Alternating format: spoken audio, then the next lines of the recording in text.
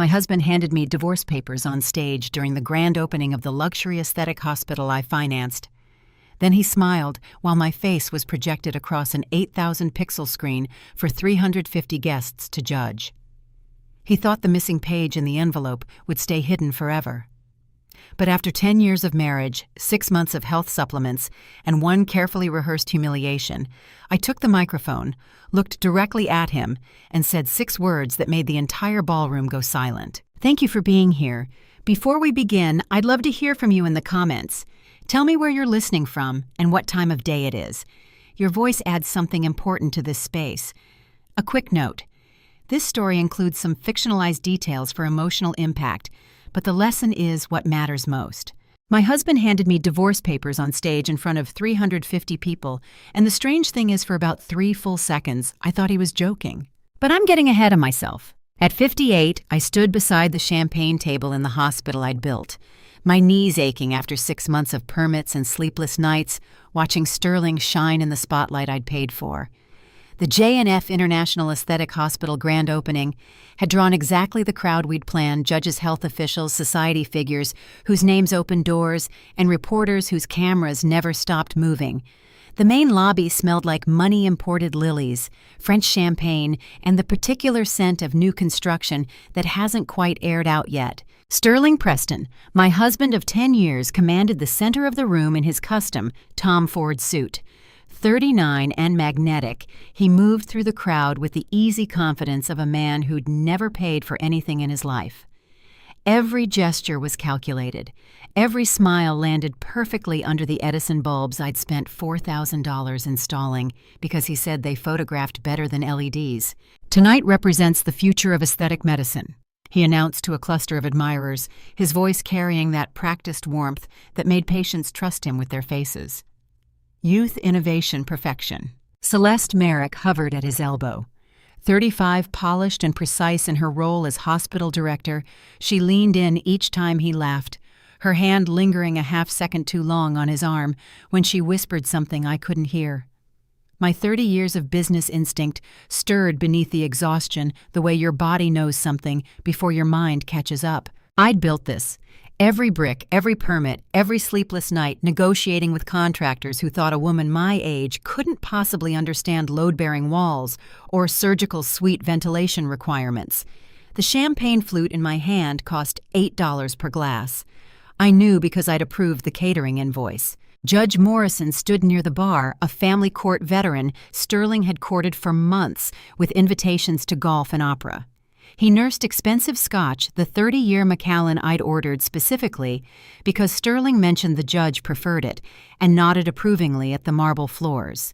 The custom millwork, the opulence that announced serious money backing serious medicine. Reporter Hayes from Manhattan Medical Review had positioned himself with his camera ready, that particular alertness journalists get when they sense a story that makes careers. My knees hurt. That's what I remember most about those final 30 minutes before everything shattered. 6 months of standing on construction sites in heels because Sterling said I needed to look professional when inspecting progress had left me with a constant ache that 3 Advil every morning couldn't quite touch. How many times can you look at someone and not recognize the person you married? Sterling tapped his champagne glass. The crystalline sound cut through conversation like a bell, and 350 people turned toward the stage, where the 8,000-pixel LED screen displayed a loop of hospital footage, pristine surgical suites, advanced laser equipment, the kind of technology that promised to erase time itself from wealthy faces. "Constance!" he called, extending his hand toward me with that smile that still made something in my chest tighten. "Come up here." I walked to the stage thinking this was acknowledgement. After 10 years of marriage, 6 months of construction oversight, and countless nights reviewing contracts while he slept, I thought he was finally going to recognize what I'd sacrificed to build his vision. The spotlight hit my face the moment I reached him. Behind me, the LED screen switched from hospital footage to a close-up of my face. Not a photograph. Live feed from the camera pointed directly at me. Every wrinkle unedited. Every age spot is exposed. The slight sag of skin at my jawline magnified to 8,000 pixels of brutal clarity before 350 guests and 3 cameras. I heard the intake of breath from the crowd, saw Celeste's hand cover her mouth in what might have been shock or might have been something else entirely. "I cannot allow a symbol of aging to represent our brand," Sterling said into the microphone, his voice carrying the same warm confidence he'd used to describe the future of aesthetic medicine. "Tonight, we end the old era." He pulled a manila envelope from inside his Tom Ford jacket, the one I'd bought him last month, because he said the hospital opening required perfection. "Our marriage was the first contract," he continued, "and the crowd had gone so quiet I could hear the champagne bubbles dissolving in glasses 20 feet away. Tonight we sign the document that launches the new one." That's the part that hurt most. I still found him handsome. He held out the envelope. Judge Morrison watched from his position near the bar, no longer surprised, his expression settling into something that looked rehearsed. Reporter Hayes's camera captured every second. "Sign it," Sterling whispered, his microphone off, now his mouth close enough that only I could hear. "Don't embarrass yourself further." The building I'd paid for. The suit I'd bought him. The judge I'd researched and invited. The reporters I'd contacted to ensure coverage, and he was smiling like a man who'd orchestrated something brilliant. I took the envelope with both hands. The guests waited. Sterling's smile widened, but my fingers registered what my eyes couldn't see, yet the stack was too thin. People who've spent 30 years negotiating contracts learn to feel deception through paper thickness alone. A proper divorce settlement for a 10-year marriage with joint assets should be 20, maybe 25 pages minimum. Asset division, property rights, spousal support calculations, legal disclosures. This envelope held maybe 15 sheets. Something was missing, and I was about to find out exactly what. The pain disappeared the instant my fingers started counting pages. I slid the papers from the manila envelope under the spotlight. 350 people watching my husband's confident smile, radiating certainty that I'd sign whatever he'd placed in my hands. But 30 years building Harrington Holdings had trained my fingers to read contracts the way musicians read sheet music, by feel, by rhythm, by the weight of what's present, and the dangerous silence of what's missing. Page 1, Standard Divorce Petition Header, New York County Supreme Court. Page 2, Asset Declaration Preliminary Vague, the kind of language that sounds official but commits to nothing. Page 3, Spousal Support Waiver. Page 4, Property Rights Transfer. Page 5, Medical Decision Authority Relinquishment. Page 6, Signature Page for Preliminary Agreement. Page 8, my thumb stopped. I flipped back. Pages 1 through 6, then 8. The sequential numbering didn't lie.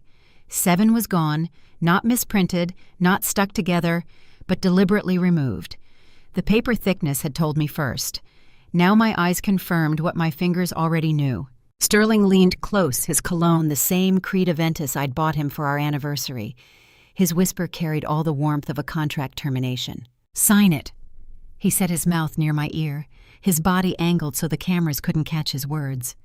"Don't let yourself be humiliated any further. You're old now." The humiliation that had been crushing my chest 30 seconds ago evaporated.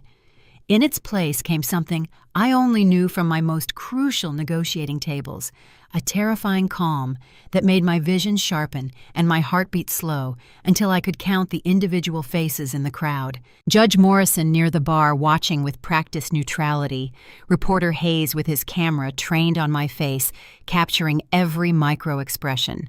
Celeste Merrick, standing just off stage, her hand covering her mouth in what was supposed to look like sympathetic shock, but read more like anticipation.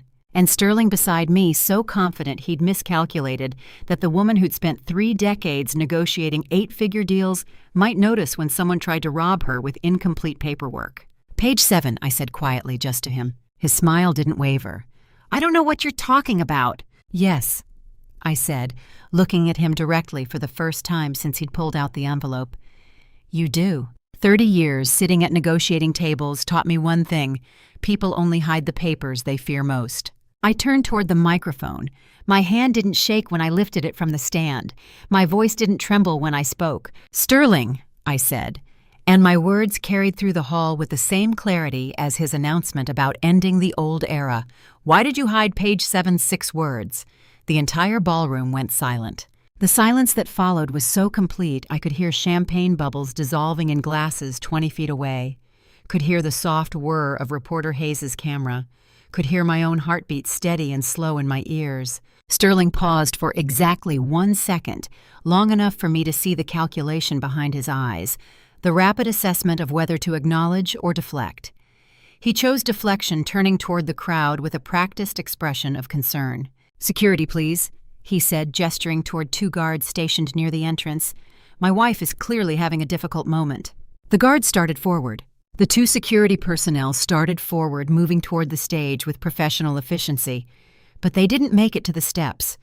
Just as they accelerated, Barrett and Lucille executed our counter-strategy with flawless timing, cutting off the guards' path completely. Standing corporate left and right, they displayed the official property deeds and New York State licensing authorizations we had spent 3 weeks securing. Before 350 frozen guests, the message was absolute. Harrington Holdings held the operational umbrella, and I had more legal authority to stand on that stage than anyone else in the room. The guards stopped dead in their tracks.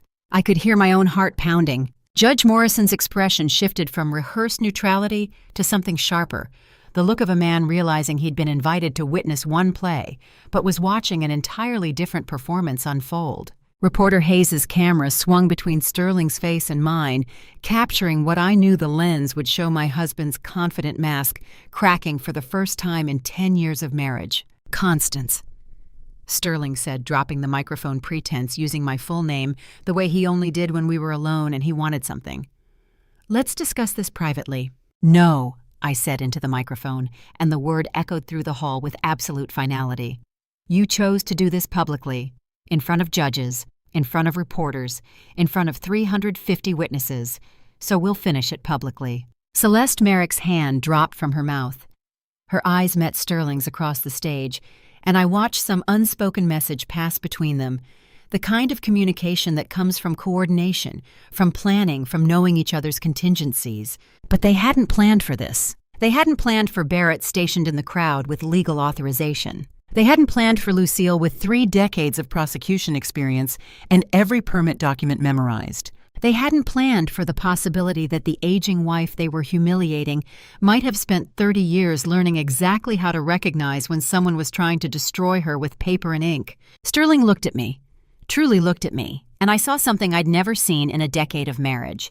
Fear. Not the performative concern he'd shown the crowd, not the calculated emotion he deployed like surgical instruments. Real fear, genuine and sharp, of a man who just realized his carefully orchestrated plan had a flaw he hadn't anticipated. The flaw was simple: he'd underestimated his opponent. "Page 7. I said again, quieter now, the microphone amplifying my words into every corner of the room. "What did you hide on page 7, Sterling?"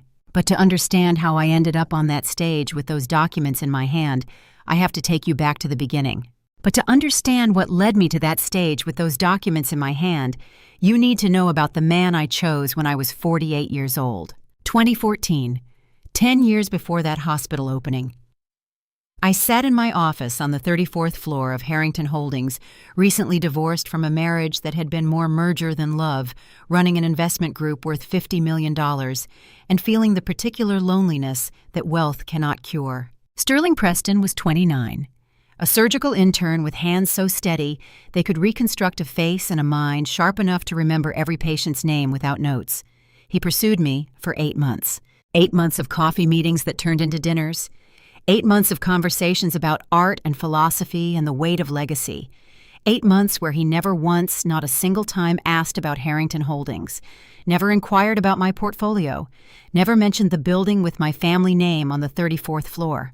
I thought that meant something. I thought it meant he saw me, not my assets.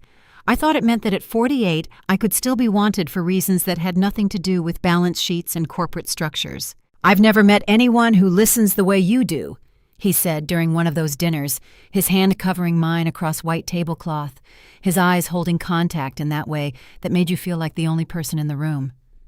"Not your money. You." The wedding was small, quiet, a private venue in Manhattan with 20 carefully chosen guests.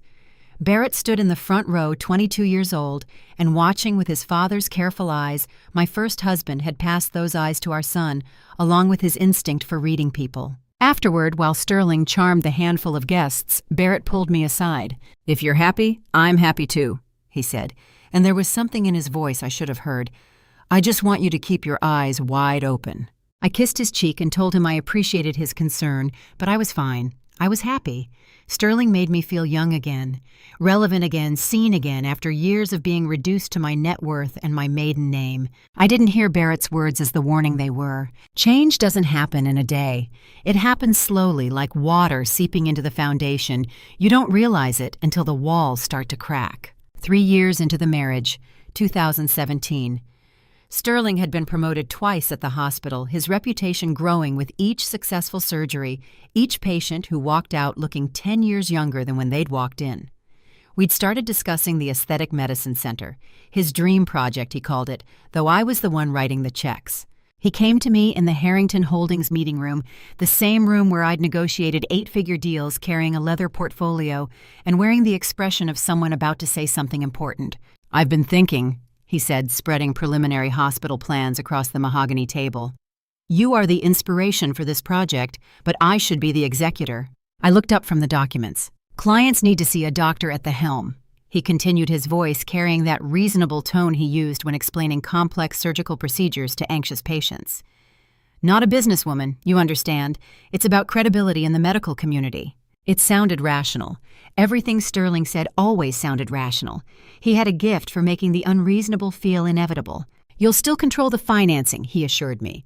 "You'll still make the real decisions. This is just optics, just marketing." I should have said no, should have recognized the first request to step back to become invisible to reduce my role from architect to checkbook. But I was 51, he was 32. And some part of me, the part that had internalized every message about aging women becoming irrelevant, believed him when he said it was just optics. A week later, he brought me the first official project draft. I remember the weight of the paper. Heavy stock, expensive printing, the kind of document designed to impress investors and regulatory boards. I flipped through the pages, scanning the technical specifications, the financial projections, the licensing requirements. My name was missing from the first page. The project leadership section listed Sterling Preston, MD, as founder and medical director. It listed Celeste Merrick, someone I'd never heard of, as operations director. It listed 3 advisory board members I didn't recognize. It did not list me. "Sterling," I said, my finger on the empty space where my name should have been. "This is wrong." He looked over my shoulder, his hand warm on my back, his voice unconcerned. "The missing name," he said. "Printing error from the design team. You know how they are. I'll have them fix it for the final version. This is going to regulatory boards." "Draft version only," he said, kissing the top of my head, the way you'd reassure a child worried about nothing.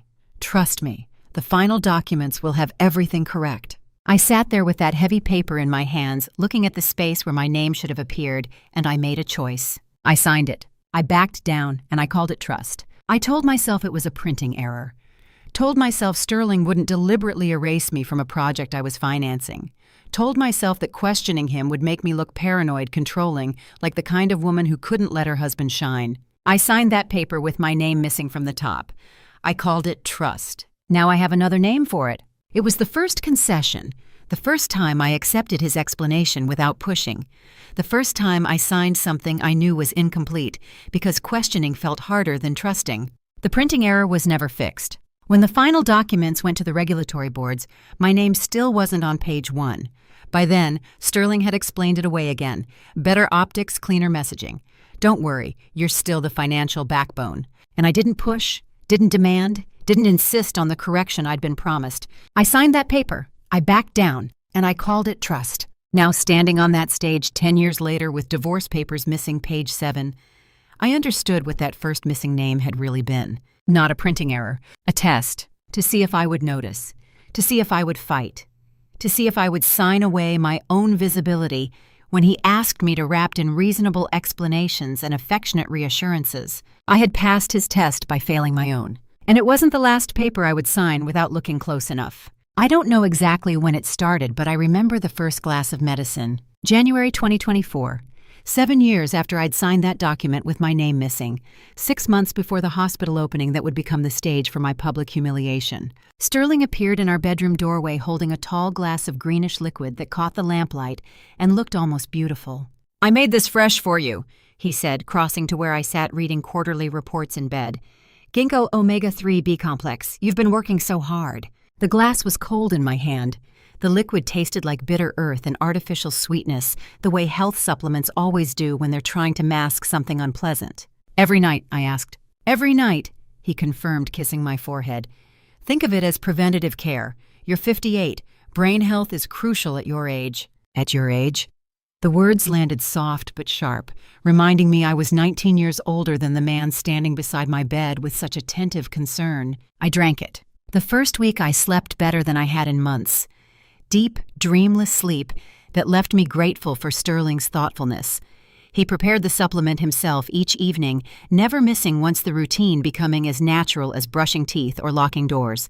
By the third week, mornings had started to fade into fog. I'd forget where I'd put my keys, mix up business partners' names during conference calls, read contracts slower, having to go back over paragraphs I'd just finished because the words wouldn't stay in my head the way they used to. "You're forgetting things, darling," Sterling said one evening, his hand gentle on my shoulder as I stared at a permit application I couldn't remember starting. "Let me handle the hospital permits. You rest." It sounded reasonable. Everything he said always sounded reasonable. "You've been carrying so much," he continued. "Let me take some of the weight. That's what partners do." I agreed, signed over the permit authority, stepped back from the construction oversight I'd been managing personally for months. He was taking care of me. That's what I told myself every night I drank that bitter green liquid. That's what I believed when I handed him another piece of control, another decision, another responsibility I suddenly felt too foggy to handle alone. What I didn't know, what I wouldn't discover until 3 weeks before the opening, was that Celeste Merrick had formulated that compound 4 months before Sterling ever poured the first glass. A neurotransmitter inhibitor designed specifically for gradual cognitive impairment. Nothing permanent. Nothing detectable in standard blood work, just enough to make a 58-year-old woman doubt her own competence for exactly 183 nights. I drank that medicine 183 nights in a row. I destroyed myself while thinking I was being loved. June 2024, 3 weeks before the hospital opening, 9 o'clock at night. I entered Sterling's VIP office at the Harrington Holdings building, looking for financial documents he'd promised to review. The office was empty, the computer screen glowing in the dark, forgotten. I should have turned around, should have called him to say I was looking for the files, should have respected the boundary between his workspace and my search. But the document title on the screen caught my eye. Divorce_draft_final_V9.docx. Version 9. Not version 1 or 2. 9 revisions. 9 iterations of planning. I told myself it was a client file. Sterling sometimes consulted on medical malpractice cases. This was probably documentation for someone else's dissolution, nothing to do with us. Then I saw the dollar amount, $50 million. Then I saw the address, our hospital building. Then I saw my name. I pulled out the desk chair, sat down, started reading. Pages 1 through 6 detailed standard divorce terms, asset division, property separation, the kind of legal language that fills any marriage termination, regardless of the specific circumstances. Page 7 was different. Page 7 stated that Constance Harrington, age 58, suffered from severe cognitive decline. That independent medical evaluation signed by 3 doctors I'd never met confirmed lack of civil capacity to manage assets or make informed decisions. That I was voluntarily entering a psychiatric care facility for intensive treatment. That in exchange for comprehensive medical care, I was transferring all assets, all property, all corporate holdings to Sterling Preston for full management. Compensation, $1. I sat in that office chair reading the same 3 paragraphs over and over. The screen's blue light made my hands look bloodless, made the whole scene feel like something happening to someone else. $1. He was buying my entire life for $1. Not divorce, institutionalization, not separation, erasure. The psychiatric facility wasn't rehabilitation, it was isolation. Lock me away where I couldn't contest the asset transfer, couldn't access lawyers, couldn't fight back, while he took everything I'd built over 30 years and reduced it to a single dollar transaction. I stood there counting seconds, 4 minutes worth. 240 individual seconds where I could have screamed or cried or called the police or confronted him when he came home. Instead, I closed the screen, walked to the kitchen, made tea, sat at the counter sipping chamomile as if nothing had changed. Because in 30 years of building Harrington Holdings, negotiating with men who thought a woman couldn't possibly understand corporate strategy, I'd learned one crucial rule: never let your competitor know you know. And that night, reading page 7 on a forgotten computer screen in an empty office, my husband became my competitor. Not my partner. Not the man I'd married when I was 48 and lonely and desperate to believe someone could want me for more than my money. Not the surgical intern who'd pursued me for 8 months without ever asking about my assets. My competitor, my adversary. The person sitting across the table trying to take everything. I finished the tea, rinsed the cup, placed it in the dishwasher exactly where I always placed it, maintaining the routine that would convince him nothing had shifted. When Sterling came home at 10:30, I was in bed reading the same quarterly reports I'd been reading when this all began in January. "Did you find those documents?" he asked, loosening his tie. "No," I said, not looking up from the page. "I'll look again tomorrow." He smiled, kissed my forehead, went to the kitchen to prepare my nightly supplement. I drank it. Because competitors don't reveal their strategy until they're ready to strike. That night, I would make one phone call that would change everything. At 12:30 in the morning, I locked myself in the bathroom and turned the faucet on full blast. Sterling had fallen asleep at 11:15. I'd counted the minutes in the dark 95 of them, listening to his breathing deepen into the rhythm that meant he was past the point of easy waking. The supplement he'd given me sat untouched in the bathroom sink where I'd poured it when he wasn't looking. I'd been pouring them out for 3 weeks now since the night I'd found his computer screen. The bathroom tile was cold through my nightgown when I sat down my back against the bathtub.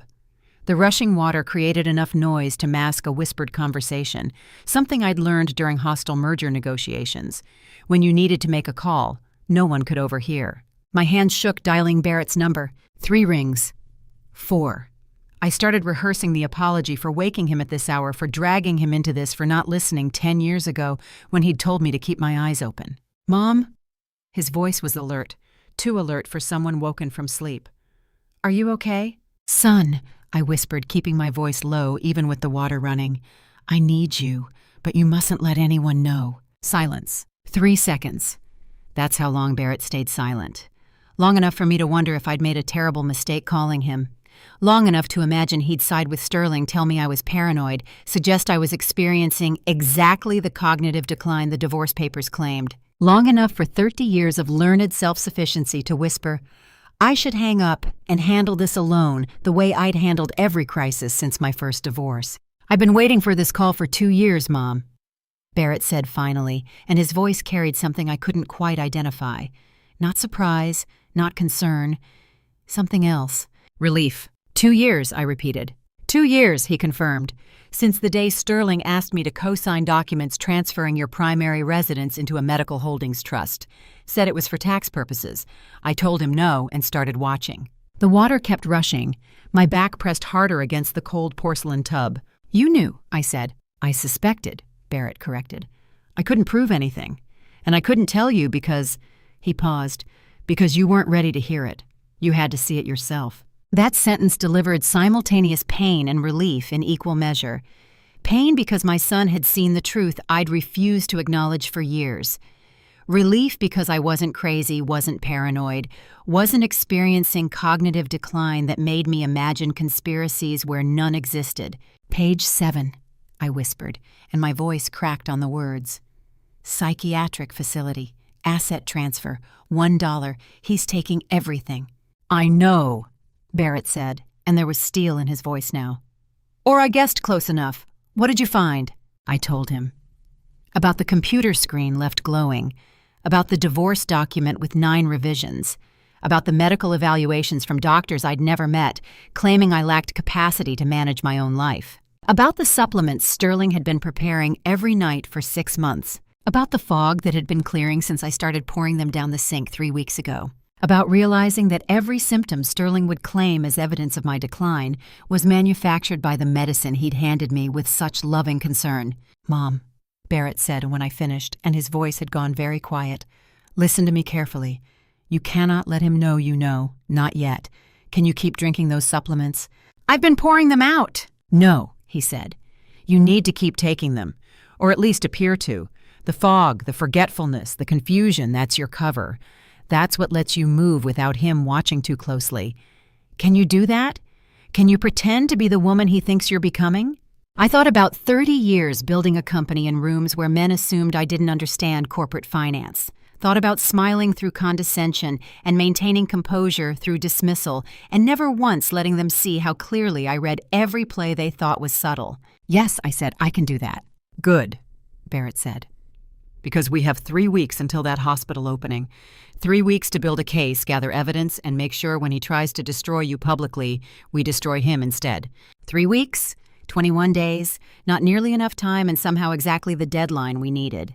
I'm calling someone right now," Barrett continued. "An attorney, former federal prosecutor, brilliant, ruthless when she needs to be. She'll know what evidence we need and how to gather it without Sterling suspecting. Can you meet her tomorrow morning?" "Yes. 9 o'clock, Midtown. I'll text you the address from a number Sterling doesn't know. Don't save it in your phone. Memorize it and delete the message." "Okay." "Mom," Barrett said, and his voice gentled. "I'm sorry I waited. I'm sorry I didn't just tell you 2 years ago what I suspected." "You were right," I said. "I wasn't ready to hear it. Pain, because my son had seen what I'd refused to see. Relief, because from that moment forward I was no longer fighting alone." "I love you," Barrett said, "and tomorrow morning we start taking everything back." The call ended. I sat there on the cold bathroom floor, my back against the bathtub water still rushing from the faucet, and cried for the first time since I'd found that computer screen glowing in the dark office. Not from fear, from relief. Because crying meant vulnerability. Vulnerability meant asking for help. And asking for help meant I'd finally stopped pretending I could navigate this alone. I cried for maybe 3 minutes, let myself feel the full weight of betrayal, of manipulation, of 10 years spent trusting someone who'd been systematically planning my destruction. Then I stood up, washed my face, turned off the faucet, unlocked the bathroom door, and slipped back into bed beside the man who'd spent half a year poisoning me with supplements disguised as loving care. He didn't stir when I settled under the covers. I lay there in the dark, listening to his breathing, and thought about the attorney I'd meet in 8.5 hours, thought about the evidence we'd need to gather in 3 weeks, thought about the opening night that Sterling had planned as my public humiliation and institutional isolation. Because the next morning I had to start. The next morning I woke at 6 o'clock, got fully dressed, and went to see Lucille Thornton. Barrett had texted the address at 3 in the morning from a number I didn't recognize. 12th floor, Midtown Manhattan, a building that looked like every other glass and steel tower, except the directory listed no company names, only suite numbers. The kind of place where people did work, they didn't advertise. Lucille Thornton sat in an office with no plants and no paintings, only black coffee and law books, and listened to my entire story without taking a single note. 67, with gold-rimmed glasses and 3 decades of federal prosecution behind her, she had the particular stillness of someone who'd heard every variation of human betrayal and stopped being surprised years ago. I told her everything. The supplements, the computer screen, page 7, the psychiatric facility plan, the asset transfer for $1. She didn't interrupt once. Just maintained steady eye contact over those gold rims, her coffee going cold on the desk between us, the morning light from the window making the book spines behind her glow like evidence files. When I finished, she sipped her coffee cold now, but she didn't seem to notice and delivered her verdict. "You need 3 things," Lucille said. "Independent medical evidence proving systematic poisoning. Original property ownership documents establishing your rights to the hospital financing. And a night he doesn't expect." "Which night?" I asked. She glanced at the calendar on her desk. "Hospital opening. No better stage. He's planning to humiliate you publicly. Let him try. We'll be ready." 3 weeks, I said. "That's not much time." "It's enough." Lucille opened a drawer, pulled out a legal pad, started writing in precise script. "The medical evidence comes first. I have contacts at independent toxicology labs. You'll need samples of the supplements, multiple nights, different batches enough to establish pattern. Can you do that without him noticing?" "Yes." "Property documents second. Everything showing you financed the hospital construction. You signed the permits, your company holds the primary liability. Barrett says you have those. In my office safe." "Good. Get copies to me by end of week." She kept writing, not looking up. "The DA's office is third. I'll contact them today. When we have medical evidence confirming poisoning, we'll need an arrest warrant ready. The police should be there opening night before he can execute whatever trap he's planning." I sat very still, absorbing what she was saying. Not just divorce defense, not just asset protection, criminal prosecution, arrest. The full weight of the legal system brought down on Sterling before he could use it against me. "Are you sure you want to do this?" Lucille looked at me over those gold-rimmed glasses. Her pen paused mid-sentence. "When it's over, there will be nothing left to salvage. No reconciliation. No quiet settlement. He goes to trial and everything becomes public record." "I'm sure," I said. "Then we start today." She slid a business card across the desk. Not hers, someone else's. "Toxicology lab. Independent, discreet, fast turnaround. Get them samples within 48 hours." I took the card. My hand didn't shake. Lucille studied me for a moment, then nodded once. "Your son was right about you. You're not a victim. You just needed to remember that." 3 days later, Barrett called me to a coffee shop 6 blocks from Harrington Holdings. Far enough that no one from the office would accidentally overhear. Close enough to walk without raising questions about where I'd gone. "It's done," he said, sliding into the booth across from me. "Camera installed last night. Legally authorized surveillance. You own the building. You have full right under New York law to monitor your own property." "Where?" I asked. Barrett's expression shifted into something I couldn't quite read. "Sterling's VIP office. The camera is positioned behind the Paris painting." I stopped breathing for exactly 3 seconds. The Paris painting. An $80,000 abstract piece I'd purchased during our first year of marriage. We'd been in Paris for a medical conference, and I'd seen it in a gallery near our hotel, bold strokes in blue and gold that reminded me of hope and new beginnings. I'd bought it as a gift for Sterling's office at Harrington Holdings, a reminder that I supported his work, his ambitions, his dreams. "The one I bought him," I said quietly. Barrett nodded. "First year you were married, I remember. You had it shipped from France, paid extra for climate-controlled transport, had it professionally mounted. Every day he sits under my gift planning my destruction and never knows I'm watching. He sits in that office," Barrett continued, watching my face carefully, "under the painting you gave him, and never knows. Every meeting with Celeste, every phone call about the hospital, every time he reviews those divorce papers, all of it recorded." I picked up my coffee. It had gone cold while we talked, but I drank it anyway. The bitterness matched something in my chest, not quite anger, not quite sadness, something colder. "How long has it been recording?" I asked. "Since midnight last night. 48 hours of footage so far. The security expert says the system can run for months without anyone noticing." "What have we captured?" "Yesterday afternoon," Barrett said, pulling out his phone and angling it so only I could see the screen. Celeste came to his office. They talked for 37 minutes about opening night, about page 7, about the psychiatric facility they've already arranged. He pressed play. The video quality was perfect. Sterling behind his desk, Celeste perched on the edge, both of them relaxed and confident in the privacy of an office they believed was theirs alone. I watched for 60 seconds, then Barrett stopped the playback. "There's more," he said. "Hours of it, and we have 3 weeks to collect everything we need." I looked at my son across the coffee shop table. 20 years ago, I'd held him as a baby. 10 years ago, he'd warned me to keep my eyes open. Last night, he'd installed surveillance equipment to save my life. "Thank you," I said. "Don't thank me yet," Barrett replied. "We still have to survive the next 3 weeks without Sterling suspecting anything." He was right. The camera was installed. The evidence was accumulating. But I still had to go home every night to the man who was poisoning me. Still had to drink those supplements or convincingly pretend to.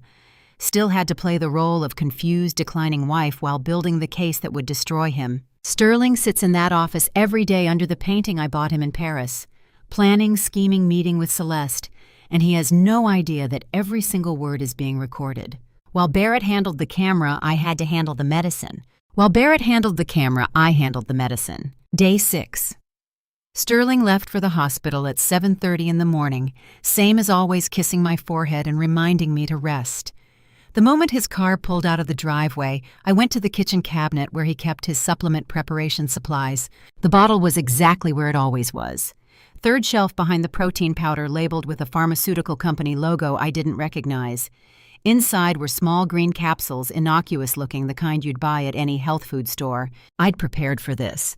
Barrett had obtained an identical bottle through a pharmacy contact, same size, same label, same green capsules, except these contained nothing but harmless vitamins.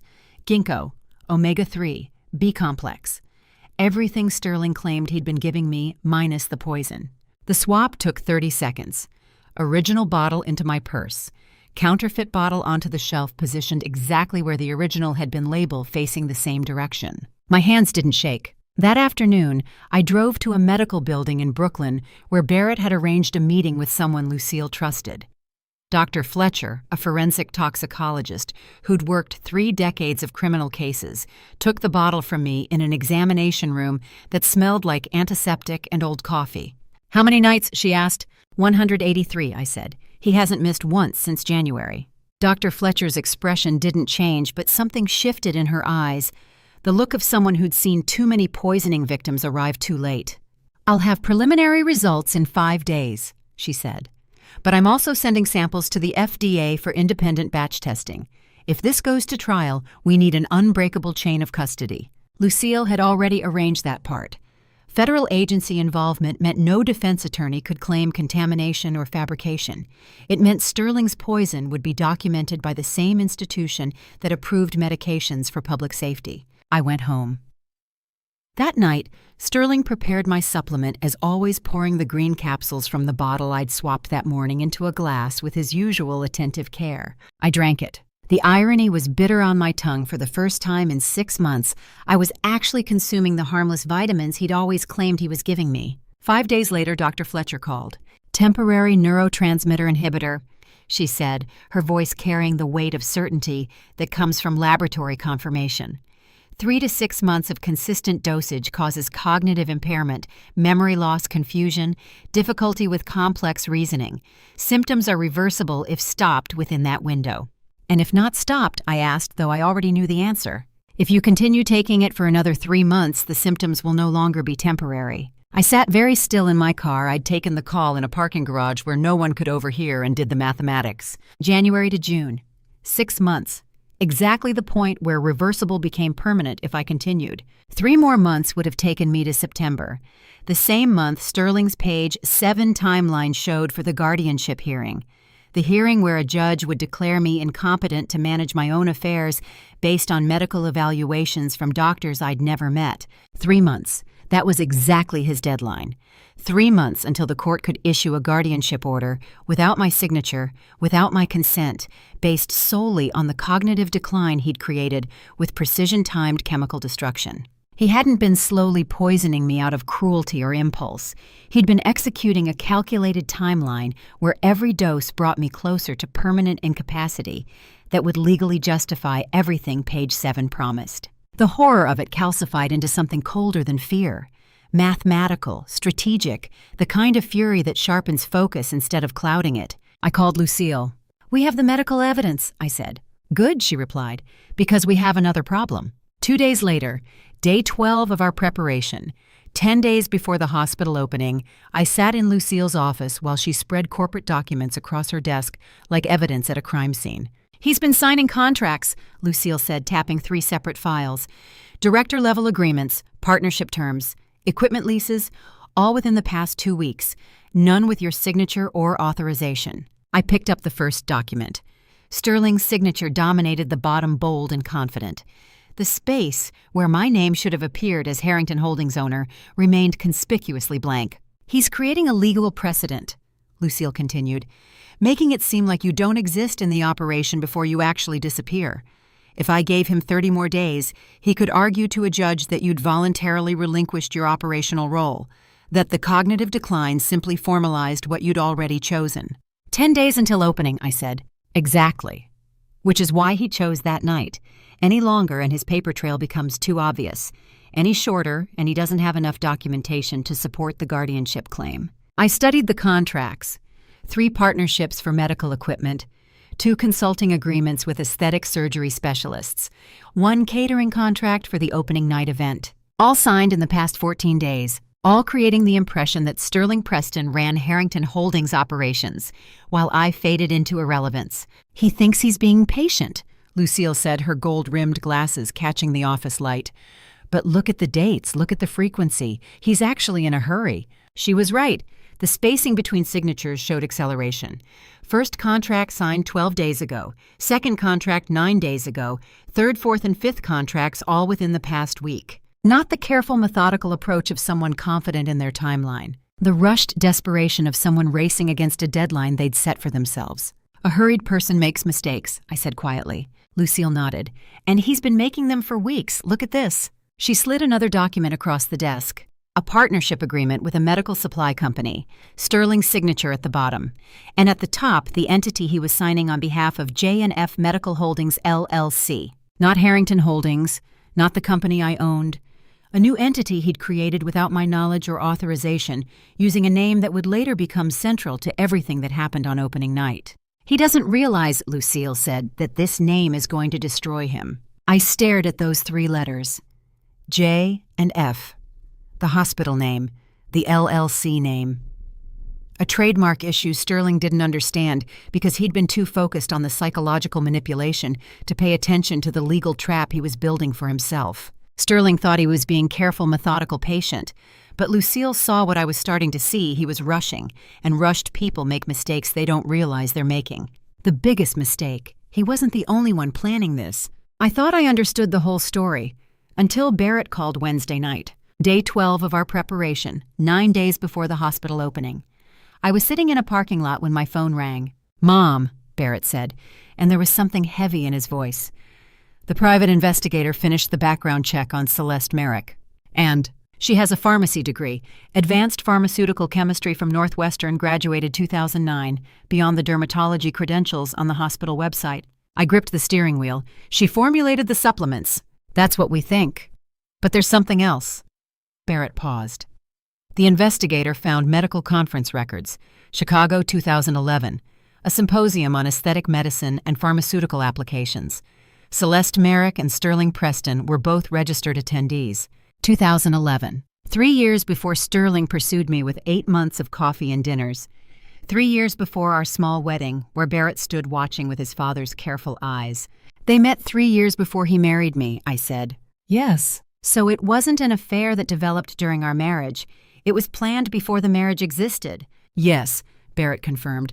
The timeline suggests they've been working together since at least 2011, possibly longer. 10 years of marriage. 7 years before that of planning. 17 years of my life reduced to an equation where I was the variable to be extracted, the asset to be removed. I sat there for 20 minutes after Barrett hung up. Didn't start the car. Didn't move. Finally, I asked the question out loud to my empty car. So from the beginning, he never loved me? The silence that answered was louder than any words. I drove home. I didn't cry. I just thought 10 years. And everything I believed was real, none of it was real. But my evidence was real. The camera behind the Paris painting, the forensic toxicology results, the unauthorized contracts, the trademark mistake, the arrest warrant Lucille was preparing. That was all real. And right now, that was the only thing that mattered. 5 days remained until opening night. I knew exactly what I needed to do each of those days. Lucille and Barrett were building the external case. My job was the internal deception. Day 13. Thursday. I drank the fake supplement Sterling prepared, excused myself to the bathroom, discreetly spit it into tissue, came back to bed and let him kiss my forehead while telling me I should rest more. I rested my head on his shoulder, closed my eyes, internally counted 4 days remaining. Day 14. Friday. Staff meeting at Harrington Holdings. I deliberately forgot an acquaintance's name, someone I'd known for 3 years. Corrected myself after Sterling gently reminded me. Watched the glances exchanged between employees, the sympathetic concern confirming they believed the narrative he was building. 3 days remaining. Day 15. Saturday. Dinner with hospital investors Sterling had invited. I acted distracted, mid-conversation, lost my train of thought twice, allowed Sterling to smoothly redirect when I seemed confused. He patted my hand. "My wife has been under tremendous stress with the construction oversight," he told the investors with practiced concern. "I've been encouraging her to step back." I smiled vaguely and nodded. Under the table, my hands were perfectly steady. 2 days remaining. Day 16. Sunday. I let Sterling help me into the car when we drove to the hospital for final inspection. Let him guide me through the hallways with his hand at my elbow as if I needed support. We stopped at the elevator. Hospital staff were gathered nearby, nurses, technicians, administrative personnel hired for the opening. They watched us with carefully neutral expressions that couldn't quite hide their pity. Sterling pressed the elevator button. "The lady hasn't been well lately," he said to the staff with the apologetic tone of a devoted husband. "I appreciate your patience with us." They nodded sympathetically. One nurse smiled sadly at me, the way you smile at someone whose decline you've witnessed and can't prevent. Inside the elevator, I rested my head on Sterling's shoulder, closed my eyes like I was tired, let him stroke my hair while I internally recited every piece of evidence we'd gathered. 1 day remaining. Day 17. Monday. Tomorrow night would be the opening. Tomorrow night, Sterling would hand me divorce papers on stage before 350 witnesses. Tomorrow night, he would expect me to sign away everything while confused and too cognitively impaired to understand. Tomorrow night, I would stand on that stage with page 7 missing from the envelope and ask him the question that would start the counterattack he never saw coming. But tonight, Monday night, the last night before everything changed, I lay in bed beside Sterling and felt something I couldn't name. Not fear. I'd moved past fear 2 weeks ago when I locked myself in the bathroom and called Barrett. Not anger. Anger had calcified into cold strategic focus. Something else. A sense of incompleteness. Like I'd assembled 90% of a puzzle and couldn't shake the feeling that one crucial piece remained hidden. 5 days I'd executed perfect deception. 5 days I'd counted down with razor-sharp precision. I had my plan, my evidence, my allies positioned exactly where they needed to be. But there's one thing I don't know, something that will hurt me one more time before it's all over. I thought about the camera footage Barrett had been reviewing. Hours of Sterling and Celeste in that VIP office, sitting beneath the Paris painting I'd bought with love, planning my destruction with pharmaceutical precision. I thought about the supplements I'd been pretending to drink, the fog that had lifted from my mind the moment I stopped taking them, the 3-month timeline Sterling had calculated to make the damage permanent. I thought about the trademark mistake Lucille kept mentioning, the J and F name Sterling had used without understanding what legal trap he was building. I thought about everything we'd discovered in 17 days of preparation, and I absolutely knew that one more betrayal was waiting, not from Sterling. I'd cataloged every dimension of his conspiracy. Not from Celeste. Her role was clear now, mapped back to 2011 and that Chicago conference where they'd first planned this. From somewhere else, someone else. Something I should have seen years ago, but had been too trusting, too hopeful, too desperate to believe that someone could love me for reasons beyond my bank account. 5 days remained until opening night. I had my plan, my evidence, my allies. But I could feel it, one more betrayal waiting in the shadows. I just didn't know whose yet. The answer would come from somewhere I should have looked years ago. That day, Lucille called me in an unusual voice. She sounded like she was trying not to laugh. Day 16. 5 days before the hospital opening. I was alone in my home office when the phone rang. "I found it," Lucille said, and there was something bright in her tone I hadn't heard in 3 weeks of preparation. The mistake. The big one.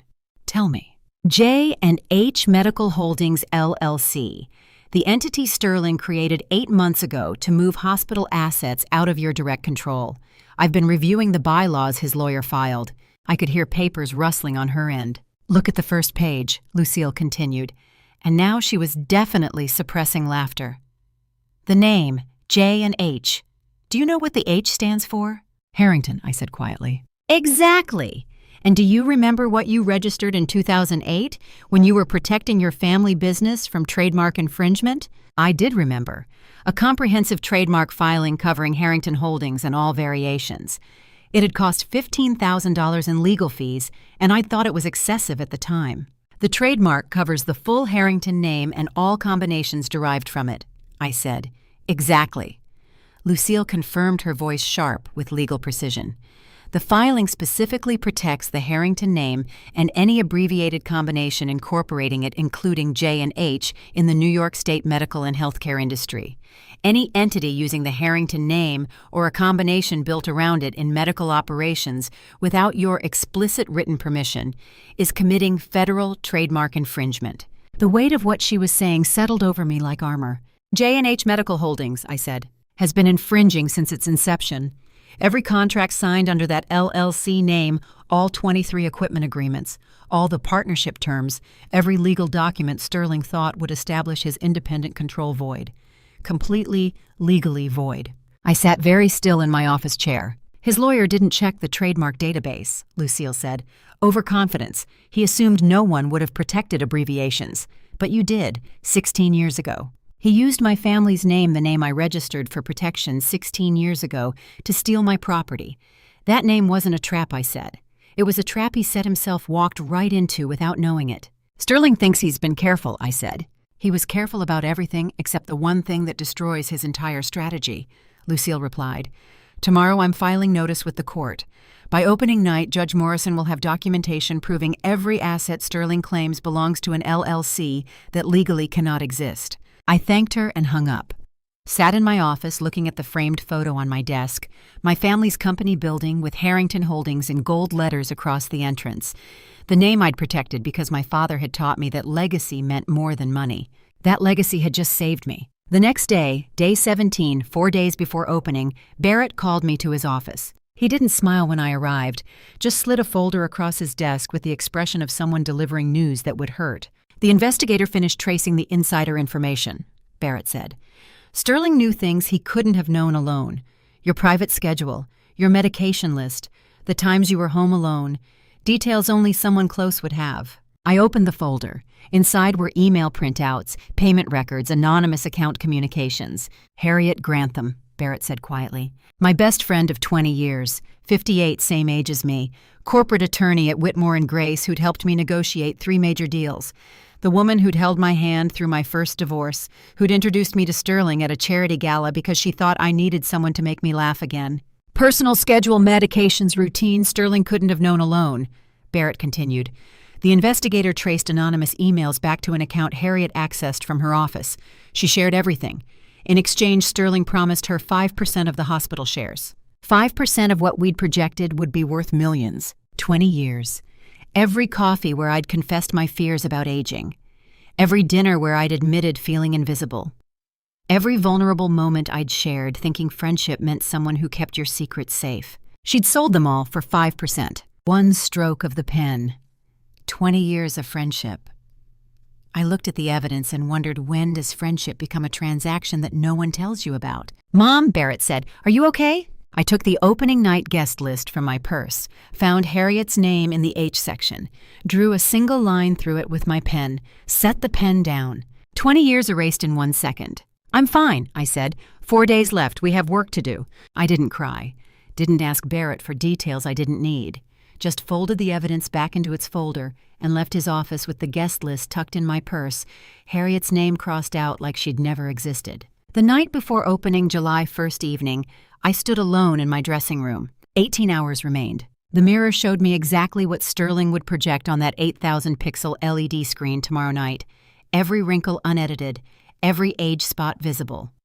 The slight sag of skin at my jawline that cosmetic surgery could fix, but I'd never wanted fixed because I'd earned these years honestly. The face he would call a symbol of aging that couldn't represent a top-tier aesthetic brand. I made no adjustments, applied no makeup to soften what time had written. Just fastened my family's heirloom diamond necklace, the one my grandmother had worn, and her mother before that around my throat like warrior armor. The black velvet dress hung simple and elegant, not trying to reclaim youth, just claiming the dignity of 58 years lived with purpose. Through the wall I heard Sterling's footsteps, the confident tap of expensive shoes on hardwood floor as he paced rehearsing. Tonight represents the future of aesthetic medicine, his muffled voice carried through the plaster. Youth, innovation, perfection. His cadence was smooth, professional, the product of someone who'd practiced this moment for months, maybe years. He sounded perfect. I looked at my reflection, the wrinkles he'd display tomorrow. The face he'd used to justify divorce institutionalization, asset theft. I wasn't hiding any of it. Because tomorrow night, when he projected my aging face before 350 guests and cameras, when he handed me those papers, with page 7 missing when he expected me to sign away my life in confused compliance, I would be exactly who I was. 58 years old, clear-eyed, sharp-minded, absolutely certain of every move I was about to make. I heard him rehearsing through the wall. Confident, elegant, perfect. But he doesn't know tomorrow night's real audience isn't those 350 guests. The real audience is one person standing in front of this mirror. And that night arrived. And then the night arrived. I entered the hospital lobby at 7:30, 30 minutes earlier than scheduled, as has been my business habit for 30 years. The J&F International Aesthetic Hospital glowed with the kind of expensive lighting that makes everyone look younger than they are. Edison bulbs I'd approved because Sterling said they photographed better. Champagne flutes circulating on silver trays, 350 guests in designer suits and evening gowns. the kind of crowd that opens checkbooks and doesn't ask questions. A server offered me champagne. I declined. I needed my mind absolutely clear. I wasn't watching the crowd, I was mapping it. 30 years building Harrington Holdings had taught me to read a room the way surgeons read x-rays, identifying what's healthy and what needs cutting out. 3 medical officials Sterling had courted for months stood near the bar. I'd verified their backgrounds last week. All 3 had signed consulting agreements that would position them to declare me incompetent when the moment came.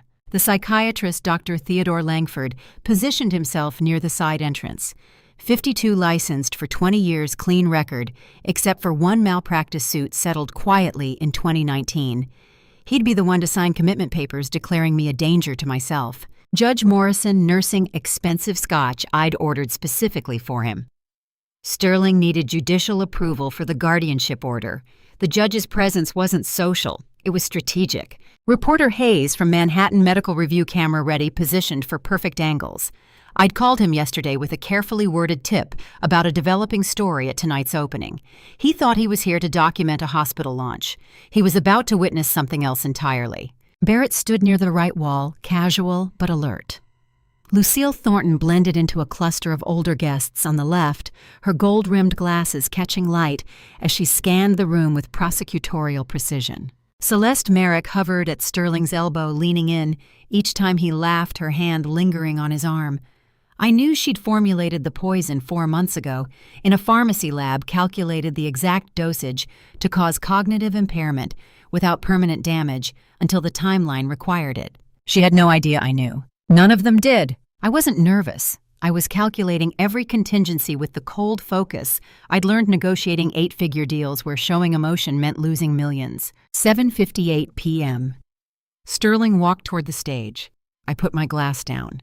After 3 weeks of preparation, 183 nights of poison, and 10 years of marriage, everything begins in 2 minutes. The crystalline sound of Sterling tapping his champagne glass cut through conversation. "Constance," he called, extending his hand toward me with that smile that still made something in my chest tighten. "Come up here." I walked to the stage, not reacting, executing. Every step I'd rehearsed mentally a dozen times. Posture straight, expression neutral, hand steady. The spotlight hit my face the moment I reached him. Behind me, the 8,000-pixel LED screen switched from hospital footage to a live feed from the camera pointed directly at me. My face filled the screen, every wrinkle unedited, every age spot exposed, the slight sag of skin at my jawline magnified to brutal clarity before 350 witnesses. The crowd's reaction wasn't uniform. Some gasped the sharp intake of breath that comes from genuine shock. Others shifted uncomfortably, unsure whether to look at the screen or look away. A few Sterling's carefully positioned allies maintained neutral expressions that suggested they'd been warned what to expect. I stood tall, looked directly into reporter Hayes' camera. No shame, no apology, just 58 years of living honestly displayed for everyone to see.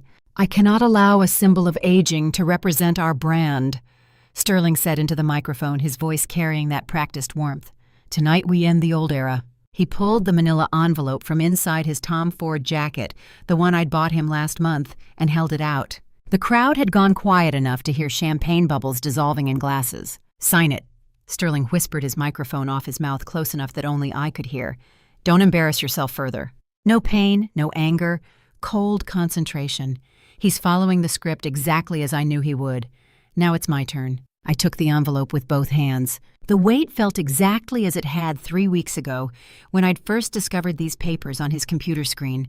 The thickness exactly as my fingers had measured that night in his empty office. I slid the papers out. The guests waited. Sterling's smile widened. I flipped through the pages. Page 1, Standard Divorce Petition Header. Page 2, Asset Declaration. Page 3, Spousal Support Waiver. Page 4, Property Rights Transfer. Page 5, Medical Decision Authority Relinquishment. Page 6, Signature Page for Preliminary Agreement. Page 8, Missing Page 7, just as I knew 3 weeks ago. But he didn't know what I knew. That's the whole difference. My fingers had told me the truth that night I took the envelope on stage in front of 350 people. People who'd spent 30 years negotiating contracts learned to feel deception through paper thickness alone. But Sterling thought this was the moment I was discovering his trap. He thought I was standing here shocked, confused, the cognitively declining wife he'd created with 183 nights of carefully measured poison. He thought I was about to sign away my life because I was too impaired to understand what I was reading. He thought the LED screen showing my aging face had broken my spirit the way it was designed to. He thought wrong. I looked at Sterling, really looked at him. 39 and confident in his custom suit, standing under the Edison bulbs I'd paid for on the stage in the hospital I'd financed, holding papers designed to steal everything I'd built over 30 years. He smiled at me, that victorious smile of a man who believes he's won. The same smile he'd given me 3 years ago when my name first disappeared from project documents, and he'd called it a printing error. The same smile he'd given me every night when he handed me poison disguised as loving care. The same smile he'd practiced in our bedroom mirror this morning, rehearsing this exact moment. I held the papers in my hands. The crowd held their breath. Sterling held his smile. And I realized something he didn't. This wasn't the moment I discovered his trap. This was the moment I began springing mine. And it started with one simple question he wasn't expecting. I took the microphone. My voice didn't shake. "Sterling," I said, and my words carried through the hall with the same clarity he'd used to announce ending the old era.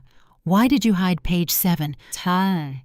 The silence that followed was so complete, I could hear the soft whir of reporter Hayes's camera, could hear the faint rustle of evening gowns as guests shifted in place, could hear my own heartbeat steady and slow in my ears. Sterling paused for exactly 1 second, long enough for me to see the calculation behind his eyes, the rapid assessment of whether to acknowledge or deflect. He chose deflection. "Security, please," he said, his voice carrying practiced concern as he gestured toward the 2 guards stationed near the entrance. "My wife is clearly—" "Answer the question." I interrupted, my microphone still on, my voice still steady. 350 people are watching, dozens of cameras recording. Why did you remove page 7 from these divorce papers? Sterling's jaw tightened. His confident smile flickered for half a second before he recovered, turning toward the crowd with an expression of sympathetic patience. "This is exactly what I've been trying to protect her from," he said into his microphone, playing to the audience. "The confusion, the paranoia, the cognitive decline that makes her see conspiracies where there's only concern." Some guests nodded. Others looked uncomfortable, uncertain whether to believe the concerned husband or the composed wife. Then Sterling made his fatal error. He wanted to assert dominance, wanted to remind everyone in the room that this was his hospital, his achievement, his night. "J&H Hospital is my child," he declared into the microphone, his voice rising with conviction. "Every brick, every piece of equipment, every license, it was built by me. My vision, my expertise, my investment of time and reputation." I felt something shift in my chest. Not fear, not anger, something closer to satisfaction. Because he'd just said exactly what I needed him to say. "Thank you," I said calmly into my microphone. "You have just declared sole and complete ownership of all assets bearing the J&H name before 350 witnesses and dozens of reporters. Thank you for making that abundantly clear." I looked to the corner of the room. Lucille Thornton stood among the guests, her gold-rimmed glasses catching the light as she gave me the smallest nod. Trap triggered. Sterling looked at me with something that might have been pity. He still thought this was the performance of a desperate woman grasping at technicalities. He didn't know that his declaration, those 4 words, "my child," had just become admissible evidence in the trademark infringement case Lucille would file Monday morning. Before I reveal what Sterling's ownership declaration just triggered, are you still with me? Comment. A, if you think he realizes his mistake, or B, if he's still confident, and add 1 reason why. A quick note. The next part includes some fictionalized details for emotional impact. The lesson is what matters most. Read page 7. I said to Sterling, my voice carrying the authority I'd learned in 30 years of boardroom negotiations. Read it aloud to these 200 guests. Sterling's expression shifted. The confident smile disappeared, replaced by something sharper. "You're being irrational," he said, switching tactics. "Security." He gestured toward the guards again, more forcefully this time. The 2 security personnel started forward, moving toward the stage with professional efficiency. Then Barrett Harrington emerged from the right side of the room. My son moved with quiet authority, stepping directly into the guard's path and pulling a card from his jacket. Legal authorization, property rights documentation, the kind of paper that carries weight when buildings and ownership are in question. "This is Harrington Holdings property," Barrett said, his voice measured and clear. My mother has full authority to be present and speak here." From the left side of the room, Lucille Thornton stepped forward, her own authorization card held up like a weapon she'd carried her entire 3-decade career. "All permits, all construction licenses, all operating authorities for this facility," Lucille said to the guards, her prosecutorial voice cutting through the tension, "were filed under Harrington Holdings corporate umbrella with Constance Harrington as primary signatory. She has more legal right to be on this stage than anyone in this room." The guards stopped. The room held its breath. I watched Sterling's face as he realized his security had just been blocked by legal authorization he couldn't override. Watched the flash of uncertainty cross his features before he masked it with indignation. "This is absurd," he said into his microphone, addressing the crowd. "I built this hospital. You built it with my financing," I interrupted, my voice calm and factual. "You built it on property I purchased. You built it with permits I signed. Would you like me to provide documentation?" Barrett held up a thick folder from his position near the guards. "Property deeds, construction permits, financing agreements, all with my signature, my company name, my legal authority." The crowd shifted. Not dramatically, not all at once, but I could see it happening, the subtle recalculation, as people began reassessing what they were witnessing. Some guests started backing toward the exits, uncertain whether they wanted to be part of whatever was unfolding. Others leaned forward, sensing the kind of story that makes headlines. I looked to the corner where Judge Morrison stood, Sterling's specially invited guest, the family court veteran whose approval Sterling needed for guardianship orders. Judge Morrison was looking at Sterling with an expression I recognized from 30 years of negotiations, the look of someone who just realized they were on the wrong side of a deal. His face changed. Other guests noticed, started looking at each other with growing uncertainty. The room that had been Sterling's, filled with his carefully positioned allies, his courted officials, his planned witnesses, began to shift, slowly, quietly, into mine. And Sterling's allies were about to start abandoning him. Harriet Grantham rose from her seat in the third row, and I felt the room's collective breath catch. Here was my oldest friend, the one person whose voice might pull me back from the edge. When Harriet Grantham stood up from the third row, the entire ballroom seemed to hold its collective breath. To the unsuspecting crowd, she was simply my oldest friend, offering a desperate voice of reason. But as I looked at her, I didn't see a savior. I saw a corporate attorney who had meticulously valued our 2-decade bond at exactly 5% of Unissued Hospital shares. But the crowd didn't know that. They saw a concerned friend attempting intervention. "Constance," Harriet said, her voice carrying that professional authority she'd perfected in courtrooms. "As your friend for 20 years, I need to tell everyone here that you've been under tremendous strain." She was coordinating with Sterling. I could see it in the way he relaxed slightly when she stood, could see it in Celeste's subtle nod from the side of the stage. This was planned, another layer of his trap.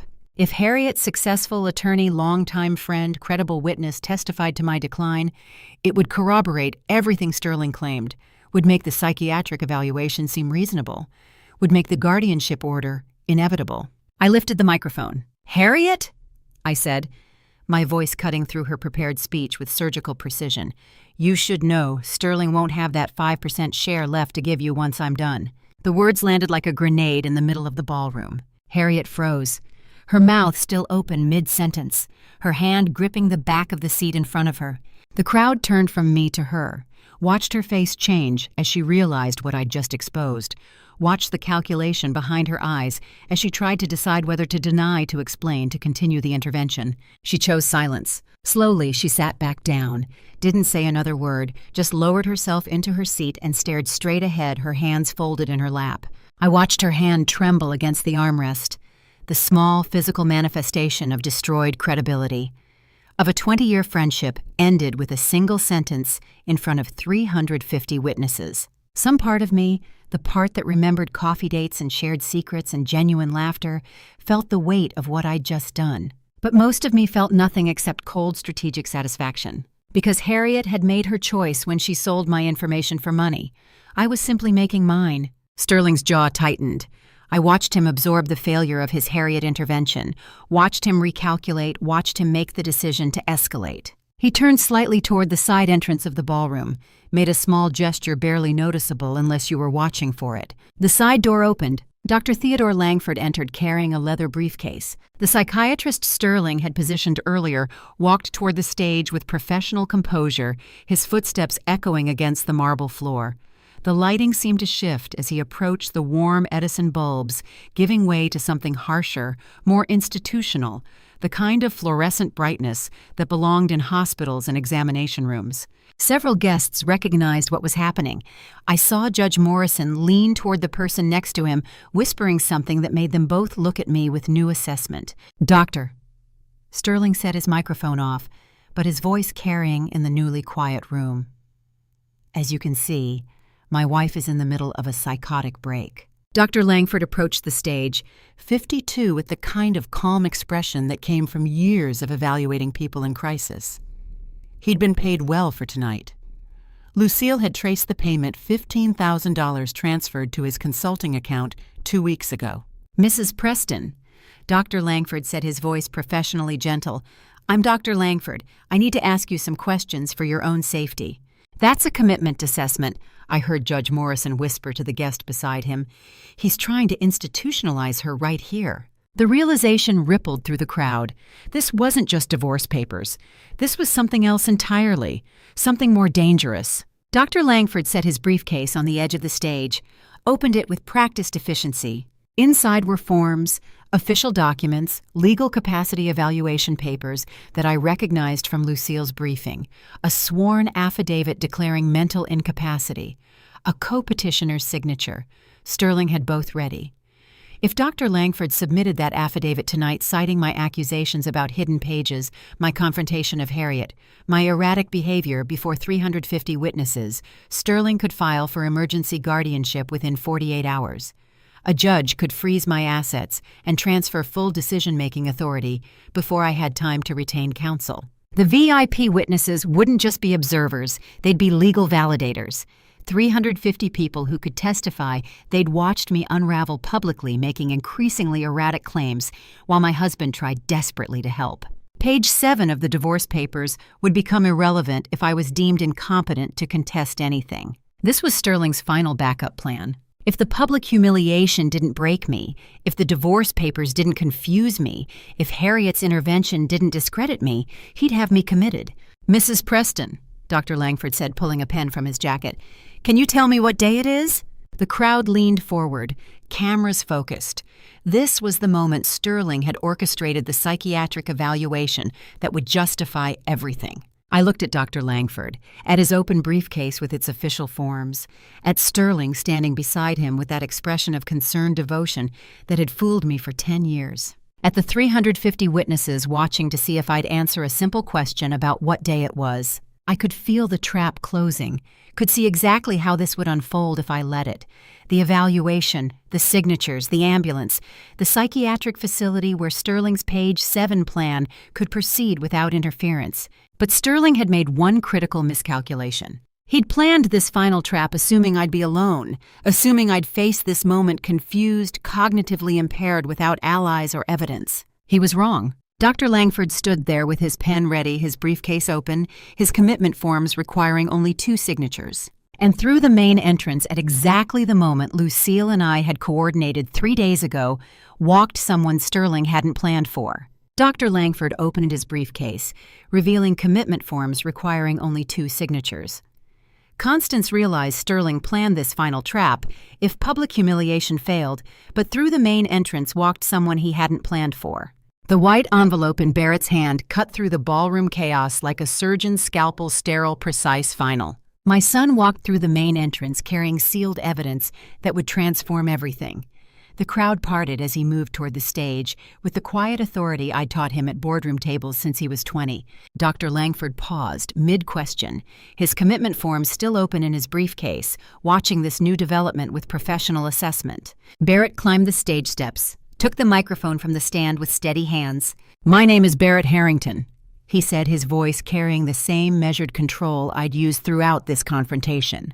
"I'm here to provide independent medical evidence regarding my mother's health." He handed me the sealed white envelope. Heavy paper. Official seal from Riverside Medical Institute.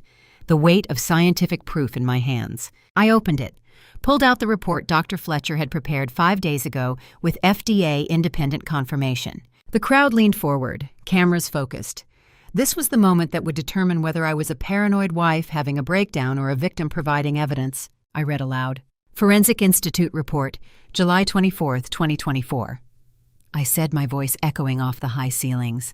I skipped the heavy medical jargon and read the federal conclusions, directly forcing the microphone to carry the names of the synthetic neurotransmitter inhibitors Sterling had dropped into my glass. I exposed the exact clinical timeline, how those 183 nights of simulated care were designed by federal FDA confirmation to induce artificial memory loss and brain fog, perfectly timed to strip away my civil capacity by the opening night. I looked up from the report. The ballroom had gone absolutely silent. The symptoms, I continued, match exactly the timeline I began taking supplements my husband prepared personally every night for 183 consecutive days. Dr. Langford stared at the report in my hands, then at Sterling, then back at the report. If this report is authentic, Dr. Langford said slowly, his professional composure cracking, she's not mentally ill. She was poisoned. The psychiatrist's briefcase clicked shut. Commitment attempt over. He stepped back from the stage, distanced himself from Sterling with body language that spoke louder than any verbal denial. A medical professional recognizing he'd almost participated in institutionalizing a poisoning victim. Sterling's face had gone pale. That report is fabricated, he said, but his voice lacked its earlier confidence. She paid someone to... FDA confirmation, Barrett interrupted, holding up a second document. Federal agency independent testing, chain of custody documentation, multiple laboratory verification. Would you like to contest federal evidence, Sterling? The question hung in the air. Sterling didn't answer. For the first time since this confrontation began, he had no smooth reply, no reasonable explanation, no way to twist the narrative back to his advantage. Then he changed tactics entirely. Sterling walked directly toward me. Not to the microphone, not to address the crowd, straight toward me with an expression I recognized from hostile negotiations, someone about to make a final threat, when all other options had failed. You think one report destroys me? He said, his voice low enough that the microphone didn't catch it, but loud enough for those nearby to hear. I can bury you so deep no one will remember your name. I have connections, resources. I will make your life... Barrett stepped between us, physically blocked Sterling's approach with the calm assertion of someone protecting what mattered most. But I touched my son's shoulder, moved around him, walked toward Sterling until we stood 1 meter apart, close enough to see the calculation in his eyes. Close enough to remember what those eyes had looked like when I'd believed the love I saw there was real. 10 years of marriage evaporated in the space between us, 1 meter infinite distance. 183 days, Sterling, I said softly, just to him. No microphone, no performance, just truth delivered with surgical precision. You tried for 183 days to destroy my mind with poison, to make me doubt my own competence, to render me legally incompetent so you could steal everything I'd built over 30 years. 183 nights you handed me that supplement with such loving concern. 183 days you watched me decline and smiled. I paused. Let him see that I wasn't confused, wasn't impaired, wasn't the cognitively damaged woman he'd tried to create. And you failed, I said. Sterling opened his mouth, closed it, tried again. No words came. For the first time in 10 years of marriage, he had nothing to say. I watched emotions flicker across his face, anger, fear, calculation, denial, before settling into something I'd never seen before. Realization. Not of what he'd done. He'd always known exactly what he was doing, planned it with Celeste for years before we even met. Executed it with pharmaceutical precision for 6 months. Realization of who I'd become. I saw the exact moment it hit him. Saw him look at me, really look at me, and understand that the woman standing 1 meter away wasn't the lonely 48-year-old he'd pursued with 8 months of calculated courtship. Wasn't the wife who'd signed papers without checking when he said her name was a printing error. Wasn't the declining patient who'd believed his supplements were loving care. She was someone who'd spent 3 weeks building a counterattack. Someone who'd swapped poison bottles and gathered evidence and coordinated with prosecutors and positioned witnesses. Someone who'd stood on this stage with her aging face projected on an 8,000 pixel screen and hadn't flinched. Someone he'd underestimated until it was too late. "Who are you?" Sterling whispered. I held his gaze. Let him see the answer written in eyes that had stopped loving him the night I found his computer screen glowing in the dark. "I'm the woman you tried to destroy," I said, "and I'm still standing." Sterling stared into my eyes from 1 meter away, and I watched the exact moment recognition hit him. Not recognition of who I was, but of who I'd become.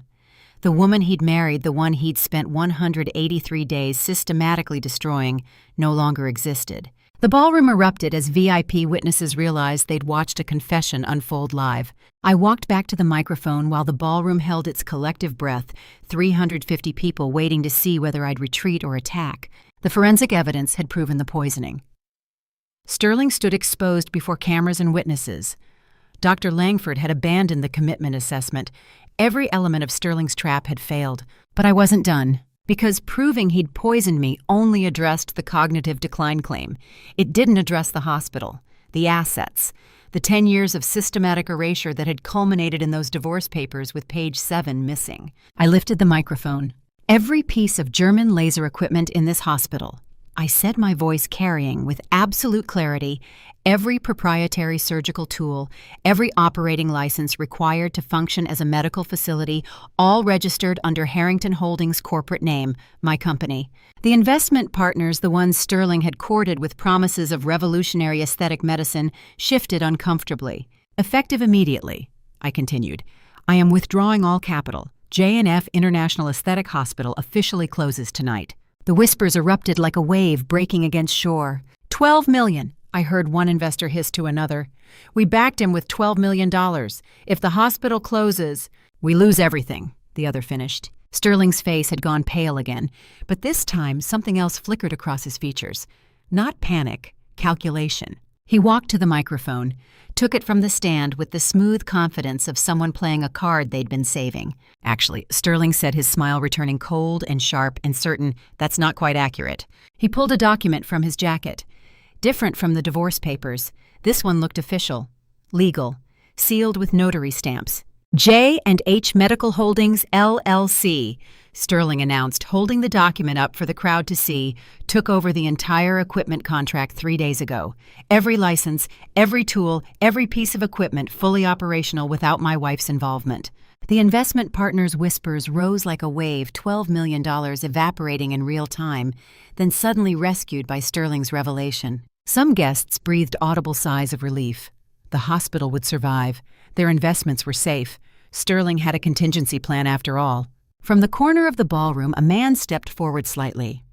Attorney Whitaker Sterling's corporate lawyer from Whitaker & Associates held up his own copy of the LLC filing documents. "All filings are legally complete and registered." Attorney Whitaker confirmed, his voice carrying professional authority.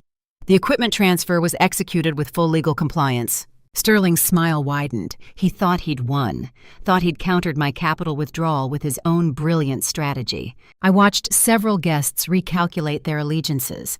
If Sterling had legal ownership through the LLC, if the hospital could operate without me, if the investments were secure, maybe they'd been too quick to judge him. Maybe the poisoning had an explanation. Maybe this was just a complicated divorce. The room's power, which had shifted so decisively toward me moments ago, began to waver. Then I saw Lucille. She stood near the sound panel where the LED screen controls were located. In her hand, barely visible unless you knew to look for it, was a USB drive. Her gold-rimmed glasses caught the light as she gave me the smallest nod. "Every piece is in position." I looked at Sterling, at his confident smile, at the LLC document he held like a shield, at Attorney Whitaker nodding in the corner with legal confirmation. "Sterling," I said into the microphone, my voice calm and precise, "are you absolutely certain you understand what that LLC name means?" His smile didn't waver. "J&H Medical Holdings, it's perfectly clear." "The J stands for what?" I asked. "The hospital name, J&F International Aesthetic Hospital." "And the H?" Sterling's expression shifted slightly, just a flicker, like someone suddenly uncertain whether they'd missed something obvious. "Hospital," he said. "J&H Hospital Holdings." I let the silence stretch.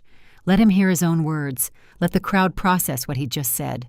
Because that wasn't what the H stood for. And in about 3 minutes, when Lucille inserted that USB drive and played the video footage from the camera hidden behind the Paris painting I'd bought Sterling during our first year of marriage, everyone in this room would hear Sterling himself explain exactly what the H represented. Harrington. My family name. 16 years ago, I'd registered a comprehensive federal trademark covering the Harrington name and every combination built around it in medical operations, exactly the protection my father had taught me to file when you build something worth stealing. Sterling's lawyer had drafted J&H Medical Holdings without running a single trademark search. One oversight, that was all it took. Every contract, every license transfer, every legal document Sterling had just claimed would let him operate without me, all of it tied to an entity built on my protected name without my authorization. Lucille's thumb rested on the USB drive near the sound system port. Sterling stood beside Attorney Whitaker looking confident. The LLC paperwork appeared legally complete. The filings were registered. The notary stamps were authentic. Everything looked perfect on the surface. But 16 years ago, I registered a comprehensive trademark. And 3 weeks ago, Lucille had discovered Sterling's fatal error. And 5 days ago, Barrett had installed a camera that captured Sterling and Celeste discussing their conspiracy in detail. And tonight, in about 3 minutes, Sterling's entire strategy would collapse under the weight of one letter he'd used without understanding its legal implications. "Are you certain?" I asked again, my voice carrying across the silent ballroom. Sterling looked at me, at Lucille by the sound panel, at the USB drive in her hand that he couldn't quite see from his angle. His smile faltered, just slightly, just enough to show he'd caught something in my tone that didn't match someone who'd just been outmaneuvered. "What are you?" he started. "The H," I interrupted. "In J&H Medical Holdings. Are you absolutely certain you know what it stands for?" Attorney Whitaker shifted uncomfortably in the corner. I saw him pull out his phone, probably to check the filing documents, probably wondering if he'd missed something in his due diligence. The investment partners stopped whispering. They'd caught the tension, caught the shift in Sterling's expression, caught the way Lucille stood ready by the sound panel like someone waiting for a cue. The answer would destroy everything he'd built in 3 minutes. The silence that followed my question stretched over the ballroom, heavy and suffocating. Sterling's smile didn't just fade, it rigidified into a mask of sudden sharp doubt. Before he could attempt another deflection, I lifted the microphone higher to seal the trap. "In 2008, I said, my voice carrying absolute clarity, I registered Harrington Holdings as a comprehensive federal trademark. The filing covered the full Harrington name and every combination or abbreviation that incorporates it in medical and healthcare operations throughout New York State." Sterling's smile flickered. "Including," I continued, "any abbreviated entity name built around the Harrington name, such as J&H, used in any medical entity, hospital operation, or healthcare business without my written authorization." Lucille walked toward the stage carrying a thick folder. USPTO documents, federal trademark registration, legal proof that had been sitting in government databases for 16 years, waiting for someone to check before using my family name, J&H, Medical Holdings, I said, and every person in the ballroom leaned forward. J&H is a direct abbreviation of J&F and Harrington, the protected combination your lawyer filed without checking my trademark registration. You built your entire LLC on my family's name without authorization. Attorney Whitaker's face had gone pale. He looked up from his phone, looked at Sterling, looked at the LLC documents he'd filed with such careful legal precision. "I never checked the trademark database," he whispered loud enough for nearby guests to hear. "This invalidates everything." "Every contract signed under the J&H Medical Holdings name," Lucille said, placing the USPTO documents on the stage beside me, "violates federal trademark law from its inception. All 23 equipment agreements, all licensing transfers, legally void." The investment partners who'd breathed relief moments ago when Sterling revealed his LLC contingency plan went silent again. Their $12 million hadn't been rescued. It had been tied to an entity that couldn't legally exist. Sterling stared at the trademark documents. At 16 years of legal protection I'd filed when I was 42, building my company, learning to defend what I'd created from people who might try to steal it. He'd walked right into a trap I'd set before I ever met him. "You planned this," Sterling said, and his voice had lost its smooth confidence. "You knew I'd create the LLC. You wanted me to use that name." "No," I said honestly. "I protected my family's legacy 16 years ago because my father taught me that prevention is cheaper than litigation. You chose to steal it without checking whether you legally could. That's not my plan. That's your mistake." The USB drive clicked into the sound panel port. Lucille had inserted it while Sterling was processing the trademark revelation. Now she pressed play. The 8,000-pixel LED screen, the same screen Sterling had used 30 minutes ago to display my aging face before 350 people switched to a new image. Sterling's VIP office, the one at Harrington Holdings where he'd been conducting hospital business for the past year. The office I'd given him as a gift, furnished with that $80,000 abstract painting from Paris that I'd bought during our first year of marriage. The camera angle was perfect, positioned directly behind the painting, capturing everything. Sterling on screen sat behind his desk, relaxed and confident. Celeste Merrick perched on the edge, leaning in the same way she'd been hovering at his elbow all night. The timestamp showed June 2024, 3 weeks ago. Sterling on video held up an unlabeled bottle. Small, brown glass, the kind used for pharmaceutical compounds. "Give her this whole bottle." Video Sterling said, his voice clear and clinical. "Increase the dosage. By opening night, she'll be completely dazed." "And if she resists?" Celeste asked on screen. "She won't," Sterling replied. "But if she does humiliate her before the media, the LED screen showing her face will break her. She'll panic and sign without reading page 7. "And page 7, Celeste's voice eager and complicit. "Psychiatric facility commitment. Straight to institutionalization after that. All assets become ours. The guardianship order processes within 30 days. Celeste laughed on the video, a genuine delighted sound. "You're cruel," she said. "I love it." The ballroom erupted. Not whispers this time. Actual shock. Gasps and exclamations and the sound of people pulling out phones to record the screen that was recording Sterling's voice, cold clinical planning my destruction, filling every corner of his hospital. Reporter Hayes's camera swung between the screen and Sterling's face, capturing both the evidence and the reaction in real time. Judge Morrison stood frozen near the bar, his scotch forgotten in his hand, watching a conspiracy unfold that would require criminal prosecution. The investment partners who'd backed Sterling with $12 million stared at the man they'd trusted with their money, watching him casually discuss drugging his wife into incompetence. But I didn't watch the screen. I watched the faces. Every face I could see clearly from my position on stage, 350 people in the ballroom, all of them processing in real time what I'd felt alone for 3 weeks. Betrayal. The sickening realization that someone you trusted had been systematically destroying you. The horror of discovering that loving care was actually calculated cruelty.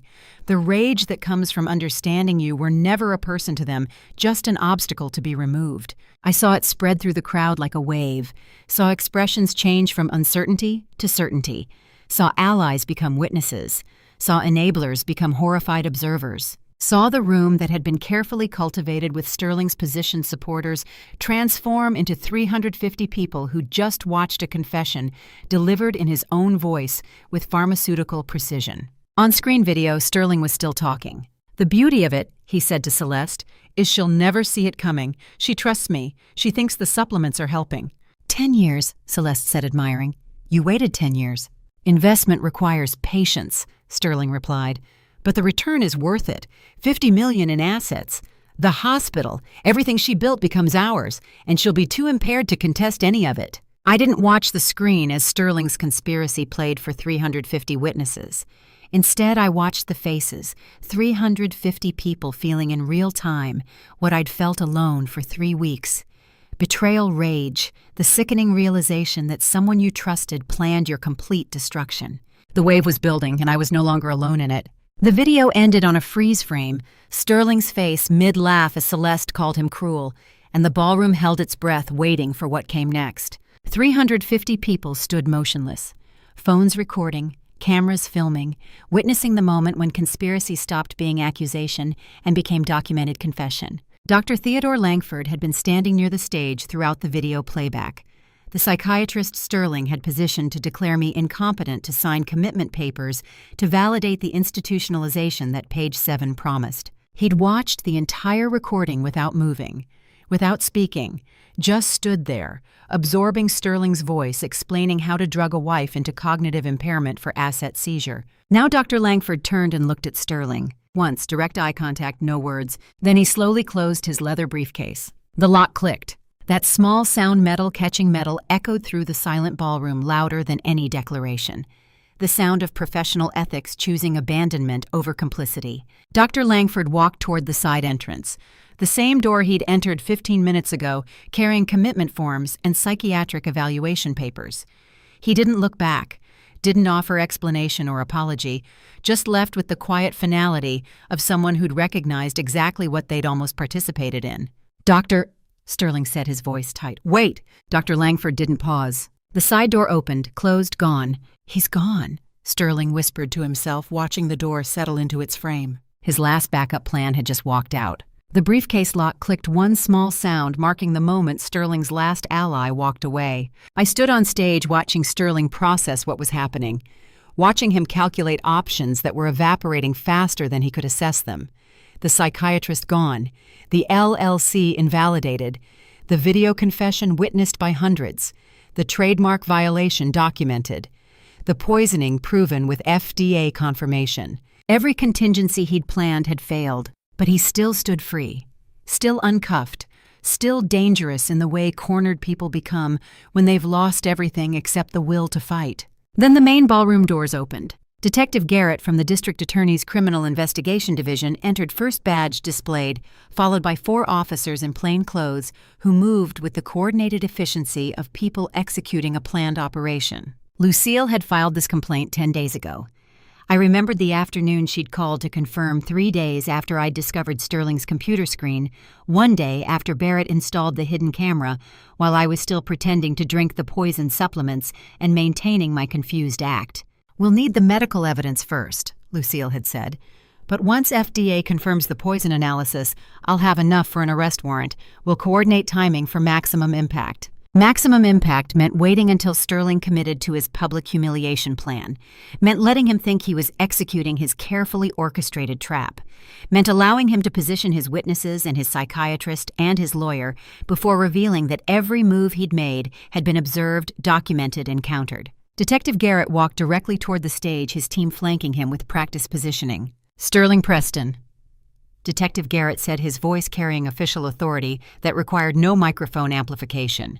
"You are under arrest for assault in the first-degree criminal poisoning and conspiracy to commit financial fraud." Sterling's face went through several expressions in rapid succession: shock, denial, indignation, calculation.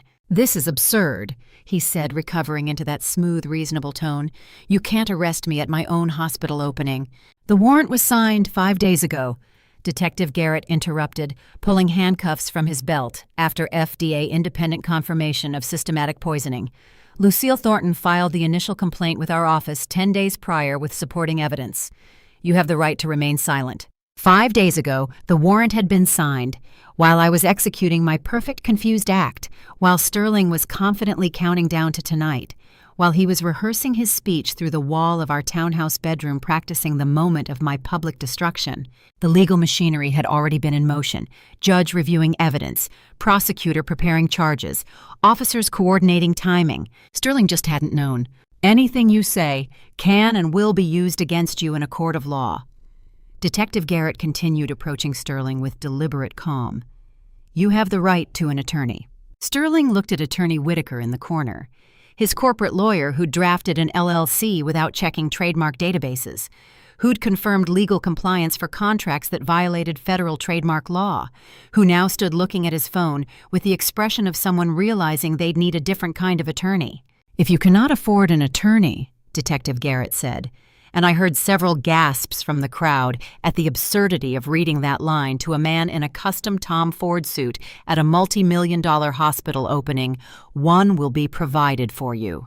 Metal handcuffs circled the hands that performed $1,000 surgeries, precision instruments now restrained. I watched those hands, Sterling's surgeon hands that patients trusted with their faces, that had prepared poison supplements with pharmaceutical precision, that had held mine on our wedding night in 2014 when I was 48 and lonely and desperate to believe someone could love me for more than my money. The metal clicked shut around his wrists with absolute finality. Reporter Hayes' camera captured every second. 350 witnesses watched. $12 million in investments evaporated as the hospital's founder was arrested for the crimes he'd committed in the building they'd funded. Detective Barrett pulled Sterling's hands behind his back with professional efficiency. The handcuffs caught the ballroom light gleaming against Sterling's expensive suit. "Do you understand these rights as I have explained them to you?" Detective Garrett asked. Sterling didn't answer, just stared at me with an expression I couldn't quite read. Not anger, not fear, something else. Recognition, maybe, of how completely he'd miscalculated, of how thoroughly his trap had become mine. I watched Detective Garrett close the handcuffs around Sterling's wrists, those same hands I'd held on our wedding night in 2014, young and hopeful and believing in forever. 10 years later, the metal clicked shut, and it was finally over. But Celeste Merrick stood 15 feet away, still uncuffed, still calculating her escape. Detective Garrett's hand closed around Sterling's upper arm, firm but professional, and began guiding him toward the ballroom exit. The handcuffs caught the chandelier light with each step, steel bands marking the end of one story and the beginning of another. Celeste stood 6 feet behind them, wrists still free-face, calculating angles I couldn't see but knew existed. Strategies required resources, and I'd just cut every line she'd strung. The crowd had formed a corridor between stage and exit, 350 witnesses creating a pathway through silence. No one whispered. No one moved. They watched Sterling Preston walk in handcuffs past tables where he'd collected donations, past colleagues who'd applauded his speeches, past the LED screen still displaying page 7. 3 steps from the exit, Sterling stopped. Detective Garrett's hand remained on his arm, not pulling, not releasing, simply present as Sterling turned. The movement was slow, deliberate, the kind of turn a man makes when the answer doesn't matter, but he needs to hear it anyway. His eyes found mine across 20 feet of parquet floor, and I saw something I hadn't seen in 10 years, genuine curiosity stripped of performance. "How long have you known?" His voice carried across the silent ballroom, not loud, not aggressive, just empty of everything except the question itself. I didn't move from my position on stage. I stood exactly where the divorce papers had landed an hour ago, where the journey had circled back to its starting point, and I gave him the truth he'd never thought to protect against. "Since the night you forgot to turn off your computer screen." The words landed with a perfect clarity. No one coughed. No one shifted. 350 people held their breath, while Sterling's face underwent the transformation I'd anticipated, but never truly imagined the moment a chess player realizes every move for 20 games was against an opponent who'd seen the endgame from move 3. June 14th, the night he'd left divorce, _draft, _final, _V9.docx, open on his study computer window, maximized page 7, visible. The night I'd stood in the doorway, reading his blueprint for my destruction, and made a single decision not to stop him, but to let him build his trap, while I constructed the cage around it. Sterling's eyes closed, his shoulders didn't slump, his posture didn't break, but something fundamental shifted. When his eyes opened again, they carried a weight handcuffs couldn't add. "From the beginning," he said, not a question, just the terrible mathematics of realization. "You knew from the beginning." "Yes." What does a man feel in that moment? When every confident step was choreographed, every perceived victory permitted every mistake he thought his opponent missed was actually the foundation of his defeat. I'd wondered during the 3 weeks between discovery and execution whether Sterling would feel rage or humiliation or disbelief. But watching him process the timeline, I realized I'd given him something more precise than emotion. I'd given him clarity. The poisoning he'd administered for 183 days, thinking I was unaware I'd known since day 164. The divorce papers he'd planned to serve, thinking shock, would guarantee compliance. I'd read every version. The psychiatric commitment Celeste arranged, thinking I'd be too impaired to resist. I'd recorded them planning it. The J&H LLC empire he'd built, thinking the name was clever. I'd held the trademark and validating it since 2008. 3 weeks. 21 days between discovery and dismantlement. Every conversation during that time, every morning I'd accepted the supplement with steady hands. Every dinner where I'd smiled across the table, he was recalculating it all now, rewriting every memory with the knowledge that I'd been 3 steps ahead while pretending to be 5 steps behind. "The supplements," Sterling said, his voice barely above a whisper. "You switched them." Day 165. The distance between us felt simultaneously vast and non-existent.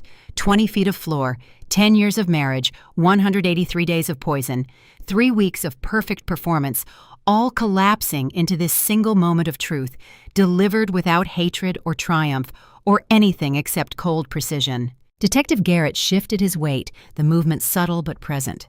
The warrant wasn't negotiable, and Sterling's questions weren't relevant to the charges he'd answer. But the detective had seen enough of humanity's worst to recognize this moment for what it was: not the end of love, because love had ended years ago, but the end of a war where one side had only just realized it was fighting. Sterling's gaze moved past me to Barrett, who stood stage left with forensic reports in his hands. Recognition crossed Sterling's face, understanding of what that relationship had meant during the past 3 weeks. The phone call from the bathroom, the security authorization, the evidence coordination. My 32-year-old son had been waiting for my call for 2 years, and when it came, he'd moved with the precision of someone who'd prepared for exactly this moment. Sterling looked back at me one final time. No words, no questions that could change trajectories already set. Just the weight of knowing that the woman he'd spent 10 years underestimating had spent 3 weeks proving exactly how costly that underestimation would be. Detective Garrett's hand tightened on Sterling's arm. Professional patient final. Sterling turned toward the exit, and this time he kept walking. The exit door closed behind him with a sound like metal clicking into permanent position. The ballroom remained silent, 350 witnesses processing what they'd seen, but not ready to name it. Celeste stood alone near table 12, her uncuffed wrists suddenly irrelevant without Sterling's resources. Barrett stepped across the stage, his footsteps quiet, and stopped beside me. His hand settled on my shoulder, warm, solid, the weight of family that had survived 10 years of systematic erosion. I didn't cry. I didn't smile. I didn't feel triumph or relief or closure or any of the emotions I'd imagined during 3 weeks of planning. 10 years of marriage reduced to one question, one answer, and the cold precision of truth spoken without hatred. 2 hours had passed since the exit door closed behind Sterling, and I finally walked out of the hospital into the night air. The main entrance of J&F International Aesthetic Hospital stood behind me, its glass doors sealed by order of the State Medical Board, the sign that had once read J&H Medical Holdings, now dark. I didn't look back. There was nothing in that building I needed to carry forward. The sidewalk was empty at 9 p.m., the kind of summer night in New York where humidity pressed against your skin like a warning. Barrett walked 3 steps ahead, keys already in hand, moving toward the car parked at the curb. Then the rain started. Not gradually, not with warning drops, but all at once, heavy summer rain that turned the street into a mirror of reflected streetlights. "Mom, let me get the umbrella." Barrett turned back, already reaching for the trunk. "Just 1 second." I stopped on the sidewalk, tilting my face up slightly. "Let me feel this." The rain was cold against my skin, washing away 2 hours of recycled hospital air, 2 weeks of calculated performance, 10 years of systematic diminishment. I stood there for perhaps 15 seconds, long enough for Barrett to pause with the umbrella half open, long enough for the rain to soak through my jacket shoulders, short enough that it remained a choice rather than carelessness. Then I walked to the car and Barrett followed the umbrella forgotten. Inside, he started the engine but didn't pull away from the curb immediately.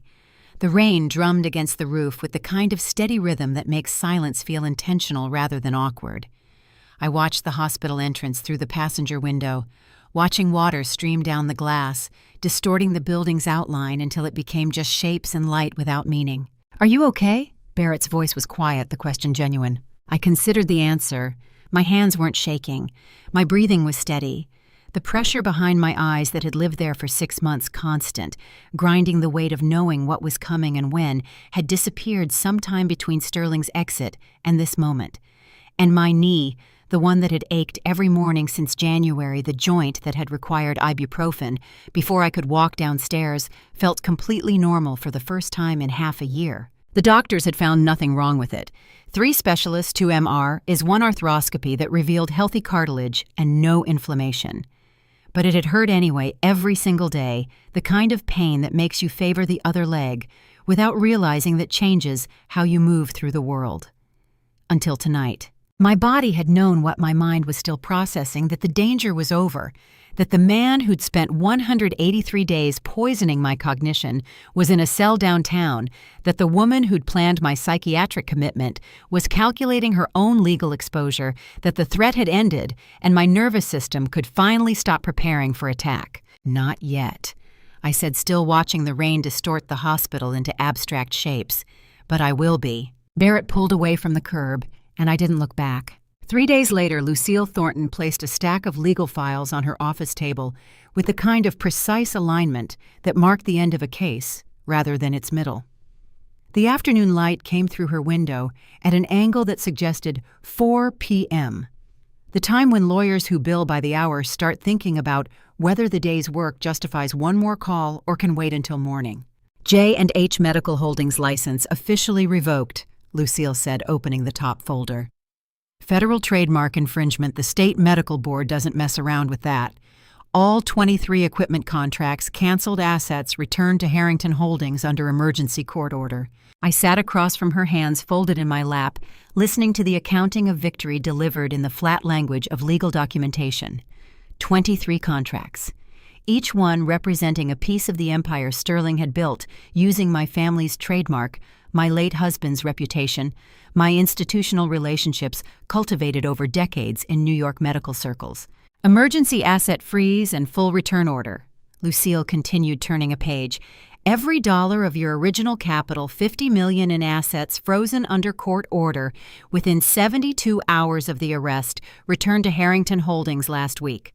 Sterling's counsel didn't contest it. They had nothing left to contest with. She looked up, and something close to satisfaction crossed her face. And the civil damages claim $8.3 million for fraud, financial coercion, and systematic asset theft that goes to trial this coming spring. His attorneys have already approached us about settlement. Judge Morrison made it very clear in preliminary hearings which direction this is heading. $58.3 million. The number sat in the air between us, enormous and somehow irrelevant. Money. I'd never spent money Sterling had stolen, not because he needed it, but because erasing my ownership was part of erasing my existence. Money that was now returned with legal interest and punitive damages attached. You know, Lucille said, closing the folder. That's enough for me to take early retirement, 2 years early, but honestly, she smiled, the expression sharp and genuine. This case is too interesting to quit now. I want to see what happens when Celeste Merrick's attorney tries to argue she didn't know about the poisoning. I almost smiled. Almost. But the muscles required for that expression felt unpracticed, like a language I'd once spoken fluently, but hadn't used in years.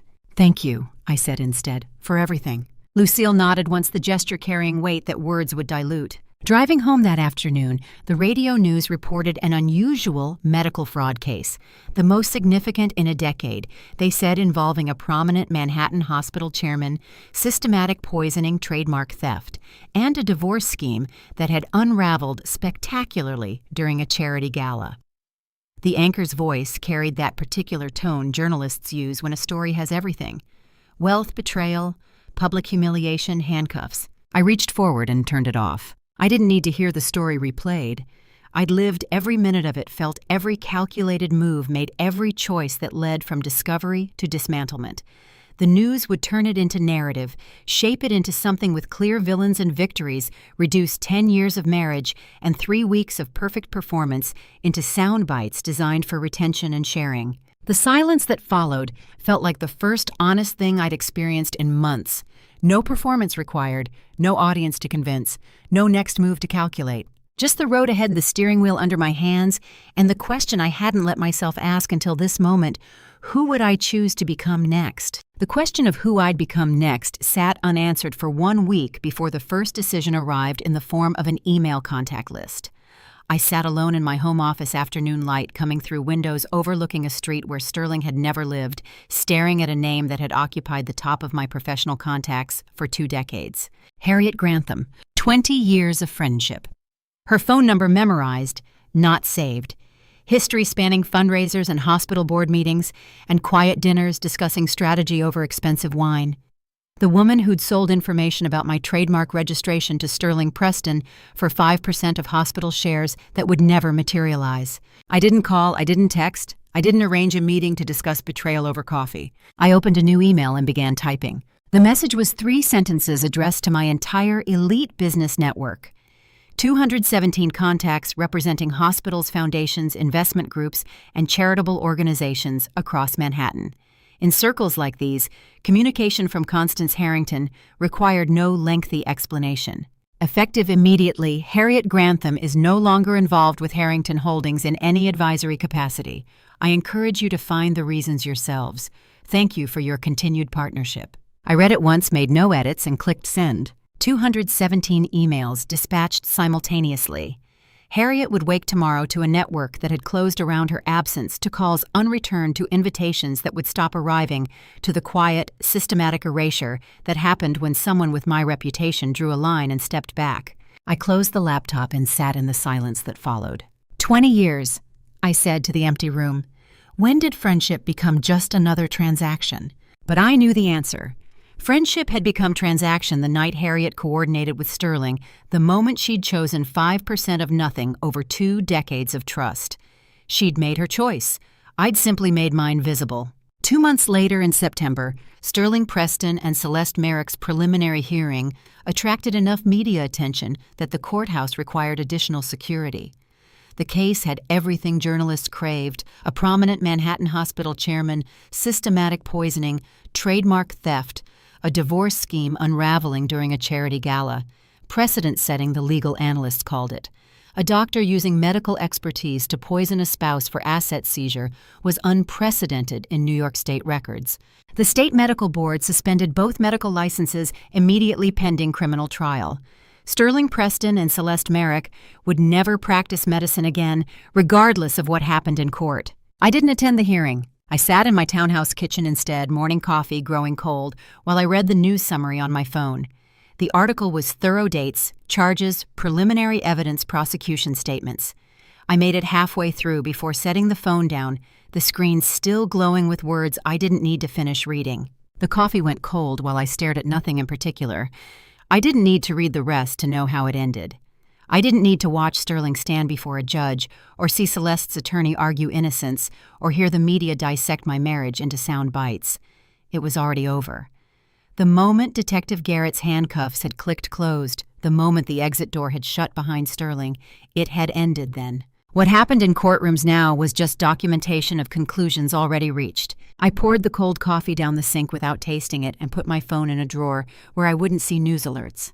October arrived with cooler air and earlier darkness, the sense that one part of the year was ending and another beginning, whether you were ready or not. I was tidying my townhouse living room when I found the wedding photo album tucked behind books on a shelf I rarely touched. 10 years old. The binding still intact, the cover showing nowhere, because I'd stopped opening it years before Sterling had left divorce papers on a computer screen. I carried it to the sofa and sat down, the album resting on my lap like a question I hadn't decided whether to answer. The first page showed our wedding ceremony, small, quiet, held in a garden in late spring 2014. Sterling smiled in the photograph, his expression warm and genuine, or what I'd once believed was genuine. When did I learn that destroying evidence of pain doesn't actually eliminate the pain itself? When did I understand that tearing photographs or burning albums was just performance dramatic catharsis that changed nothing about what had actually happened? I looked at the image for a long time, feeling not anger, but a tired, quiet sadness that sat in my chest without demanding release. 10 years ago, I said quietly, I thought that smile was real. Maybe it had been real then. Maybe in 2014 Sterling had meant the vows he'd spoken before Celeste had appeared with plans requiring my erasure, before 183 days of poison, before page 7 of divorce papers. Or maybe I was giving him credit for humanity he'd never possessed. I'd never know, and increasingly I understood that knowing didn't matter. I closed the album carefully without tearing pages or removing photographs or any of the destructive gestures that might feel like closure, but were really just theater. You don't have to destroy something to be done with it, I said, standing and walking to the antique cabinet across the room. I placed the album in the bottom drawer. settled it carefully among other items I'd preserved but no longer needed to see, and closed the drawer with a soft click that felt more final than any fire would have been. "Pain doesn't need display for everyone to see," I said to the empty room. "That's what 58 years taught me." I stood looking at the closed drawer for a moment, wondering how long until I'd open it again. Maybe never. Maybe someday when enough time had passed that the photographs were just history instead of wounds. Both outcomes felt equally fine. What mattered wasn't the past in that drawer, but what I chose to build next.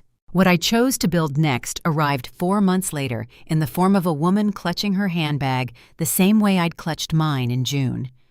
I opened the door to the Harrington Foundation office on a November morning, the nameplate still so new it reflected light without smudges, and saw my own fear looking back at me from a stranger's face. Margaret Sullivan was 71 years old, a widow from Florida who'd flown to New York because someone had told her the Harrington Foundation provided free legal assistance to women over 50 facing financial manipulation. She sat in the chair across from my desk, her knuckles white around the handles of a leather handbag that had seen better decades, and told me about her son-in-law. He was pressuring her to transfer her house into an LLC he controlled. Tax-saving strategy, he'd called it. Smart estate planning.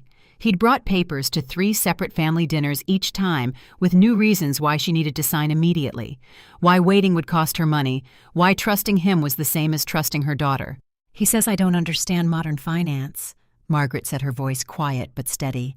"That at my age I should let younger people handle complicated things." I'd funded the foundation, with a portion of the settlement damages money that had come from Sterling's systematic attempt to erase my existence, now converted into institutional protection for women who faced the same vulnerability I'd survived. The office was small, just 2 rooms in a building 3 blocks from where I'd once sat in Lucille Thornton's office, learning the full scope of betrayal. But it was mine, built from wreckage, staffed by attorneys who specialized in elder financial abuse and asset protection. "Never sign a document you haven't read completely," I said, meeting Margaret's eyes across the desk. "Never sign a loan without independent legal counsel, and never let anyone convince you that your age makes you incapable of understanding your own assets." Margaret nodded, but her grip on the handbag didn't loosen. "How do you know this?" she asked. "Have you worked with cases like mine before?" I considered the answer.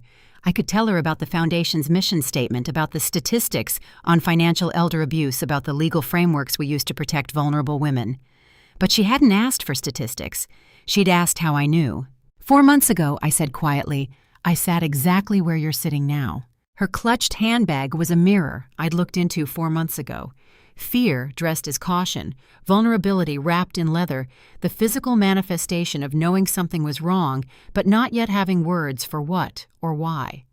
I'd clutched my own handbag the same way when Lucille had first explained the scope of Sterling's plan, when the world had narrowed to the choice between compliance and resistance, when 58 years of life experience had suddenly felt insufficient against systematic manipulation designed to make me doubt my own capacity for understanding. Margaret's hands relaxed slightly, not much, just enough that her knuckles lost their white edge. "What did you do?" she asked. "I got a lawyer," I said. "I read every document. I trusted myself more than I trusted the person telling me I couldn't understand. And I didn't sign anything until I knew exactly what I was protecting and why." She left an hour later with contact information for 3 attorneys who specialized in estate protection, a checklist of documents to request from her son-in-law, and the knowledge that she wasn't alone in feeling the way she felt. I watched her walk out with her handbag held differently, not clutched against her body like armor, but carried at her side like what it actually was, just a bag, nothing more. 1 month later, in December, I signed the final civil trial paperwork at New York County Courthouse. The criminal proceedings would continue for months, but the civil case was settled. Assets returned, damages paid, legal acknowledgement that what had happened to me had names and consequences and monetary values assigned by judges who'd seen the evidence and ruled accordingly. I walked out into December afternoon light, the kind of cold that makes you notice you're alive, and found Sterling Preston standing near the courthouse steps. He looked older than 1 year should allow. His suit was wrinkled, the fabric quality still expensive, but no longer maintained with the precision he'd once demanded. Guilt ages faster than time, I thought, watching him notice me, and freeze mid-step, as though deciding whether to speak or walk away. He chose to speak. "Do you regret it?" Sterling asked, his voice lacking the confidence I'd spent 10 years hearing in every sentence. Everything that happened. I looked at him for a long moment. No anger rose in my chest. No hatred demanded expression. Just the quiet assessment of a man I'd once married, once trusted, once believed when he'd smiled in photographs that now lived in a drawer I might never open again. "I regret not seeing you sooner," I said finally, "but I don't regret finally seeing you." Sterling nodded slowly, the gesture carrying the weight of a man who'd asked a question and received an answer that left nothing else to say. He turned and walked down the courthouse steps without looking back. I stepped into the car Barrett had brought around the interior, warm against December cold, and settled into the seat as the driver pulled away from the curb. Through the window, New York's December sky spread blue and clear above buildings that had witnessed 10 years of my marriage and 4 months of its systematic dismantling. The car rolled away under that blue sky, and I understood finally what 58 years had taught me. Age isn't a woman's enemy. Wrinkles aren't loss.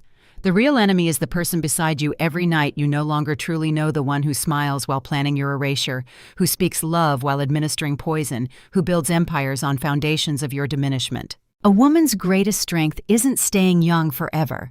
It's knowing yourself when the world tries convincing you you're no longer worthy of being known. It's recognizing manipulation when it arrives dressed as concern. It's choosing to see clearly even when clarity demands you dismantle everything you've built on blindness. I'd learned that lesson 183 days too late, and just in time. The city rolled past the window, and I didn't look back. And to you listening to my story, remember, this age is not weakness and wrinkles are not surrender. I spent 10 years believing I knew the man beside me. I ignored small signs, the way he corrected me in public, the gradual erasure of my name from documents, the supplements he insisted I take every morning. Don't make my mistake. Don't wait until someone has poisoned you for 6 months to realize they've been poisoning the relationship for years. Stories like mine, revenge cheating stories, where the victim becomes the victor, aren't just entertainment. They're reminders that you are never too old to reclaim your power, never too invested to walk away, never too trusting to demand the truth. I believe God allowed me to discover that computer screen on June 14th for a reason. He gave me exactly 3 weeks to prepare exactly the right people to help exactly the strength I needed when I needed it most. These revenge cheating stories we share aren't about hatred, they're about refusing to disappear quietly. If this story moved you, I'd be honored if you'd leave a comment sharing your thoughts. Have you ever faced betrayal like this? What would you have done in my position? Please share this with someone who needs to hear it. And if you haven't already, subscribe to Her Vengeance for more stories of women who refuse to stay victims. Thank you for staying until the very end. Your time and attention mean more than you know. One last reminder, while this story contains fictionalized elements for storytelling purposes, the message is real. You are worthy of being known, seen, and valued no matter your age.